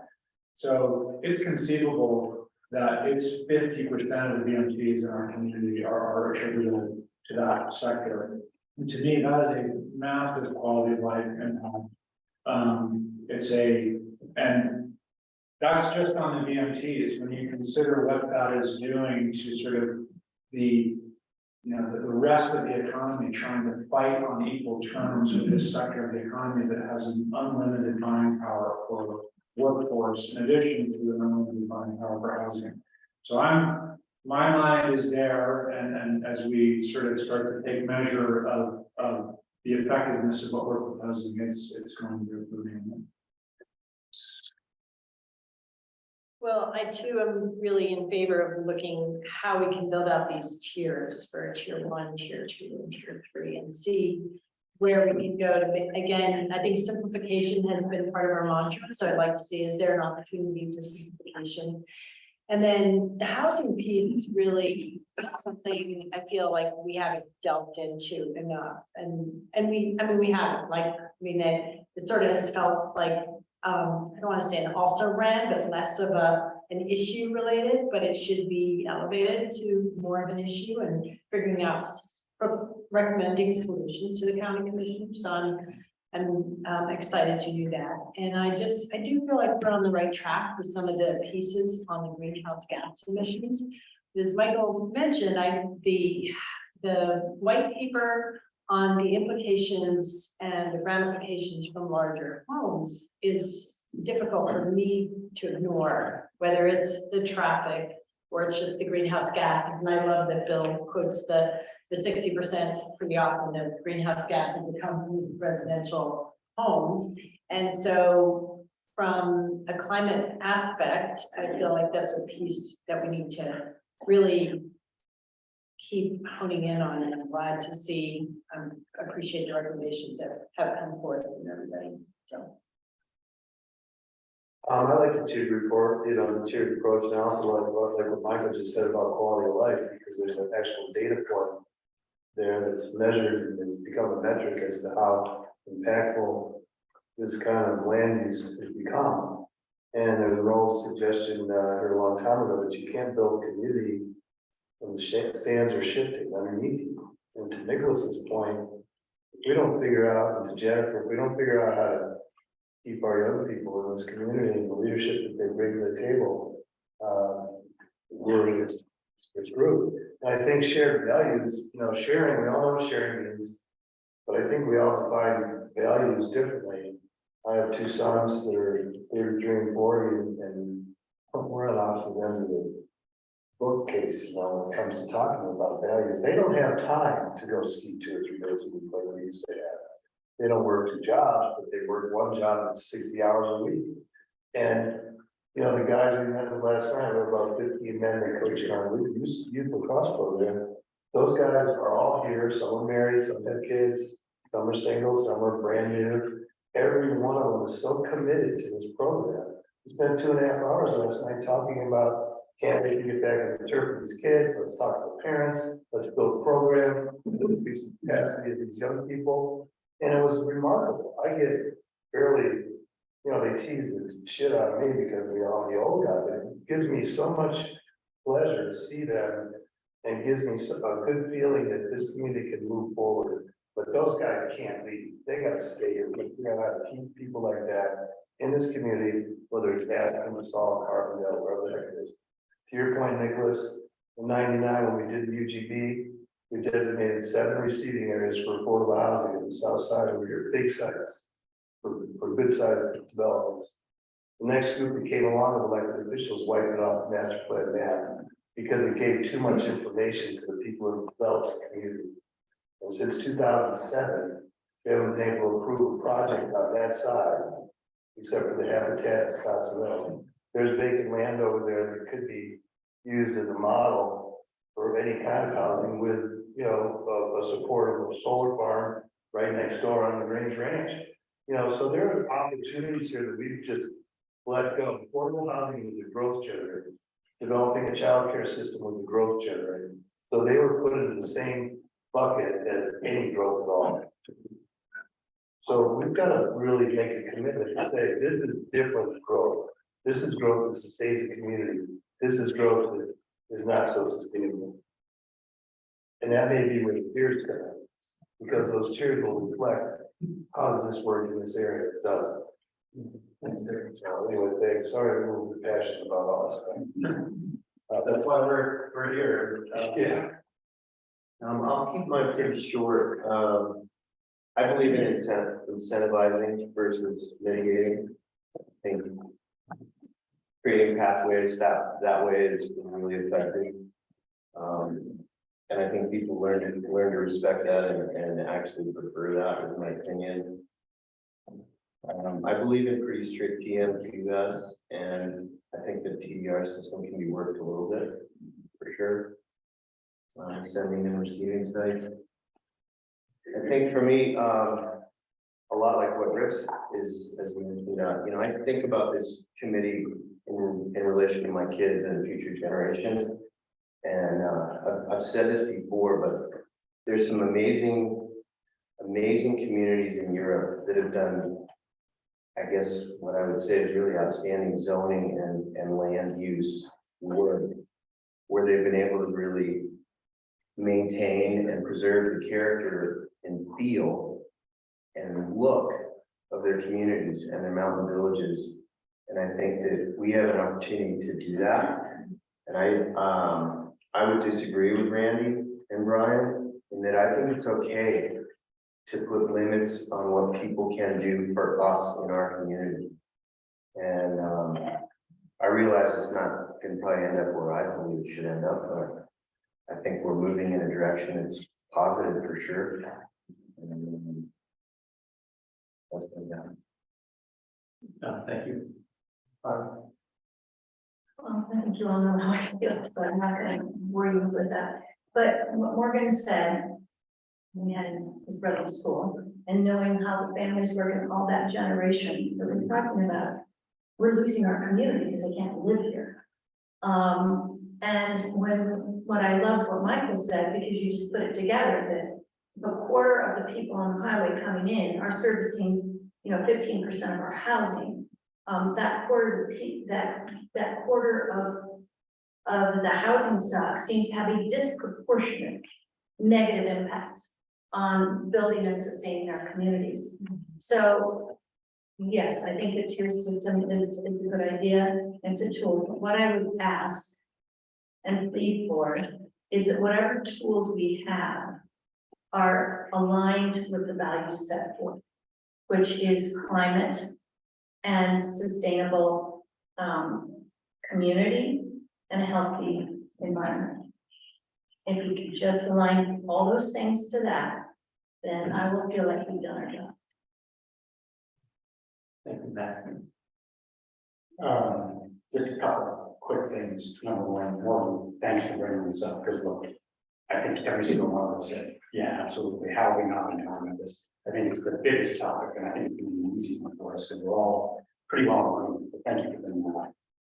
I believe in the tiered approach. I think we're going in the right direction. I really like the way we're going with regards to everything. Gwen and Rain, thank you. I think you finally clarified the problems I was having in my head and trying to make more difficult. I think if we revise the GMQS, and I think if we expand on special review requirements, I think that gets me what I'm worried about. But really simplifies it in a much better way. I think starting, I think the staff did an amazing job on this package. I think it's really consolidated our thoughts for today. I think we need to pick the issues and stuff and finalizing this, as a lot of people said. I really support the tiers. I think that the idea of simplification is a wonderful idea, but it's not really at all. As we talk about performance standards, we talk about all this stuff. It's all the time. The performance standards, in my mind as well, in the big houses are going to add to the MDs, because those big houses need somebody there all the time to take care of everything. And so as we make housing more net zero and more energy efficient with all this high tech stuff, you need more people to drive out there and maintain. Thank you, Ted.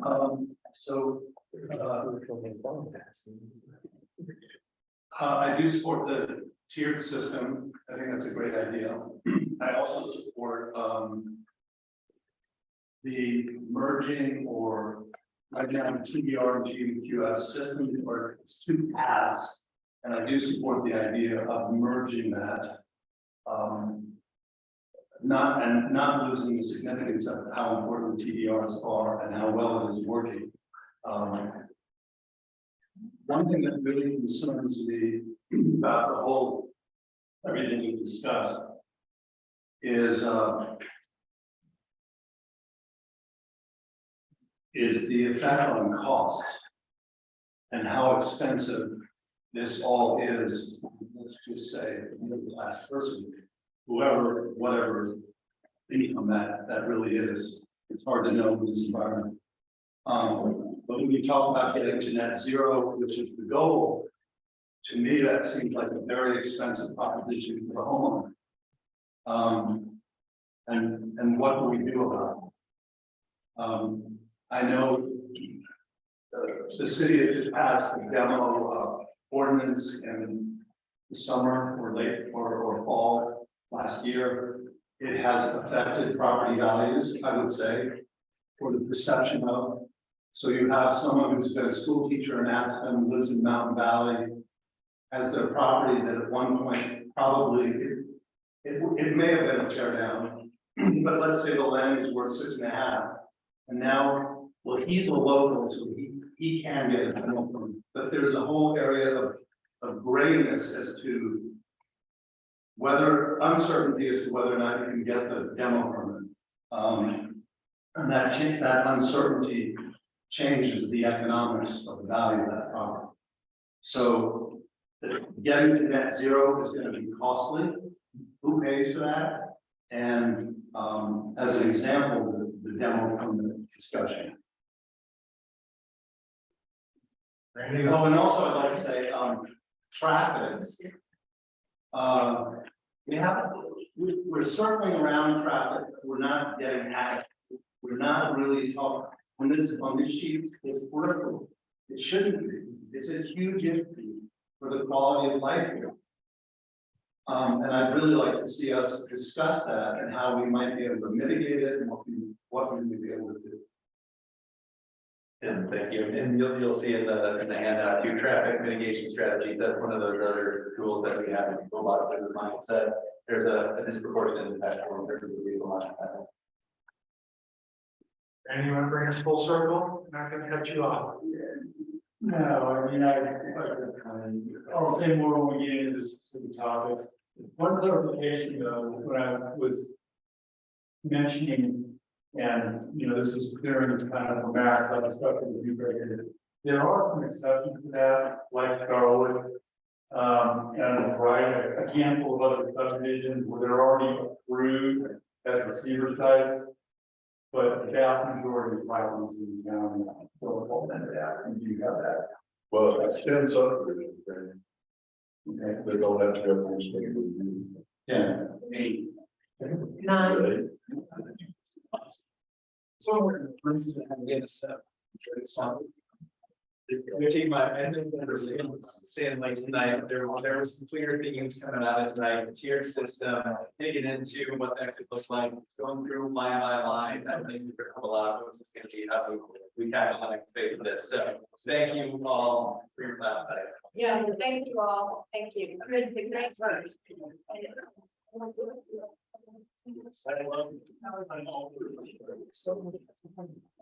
Back and forth.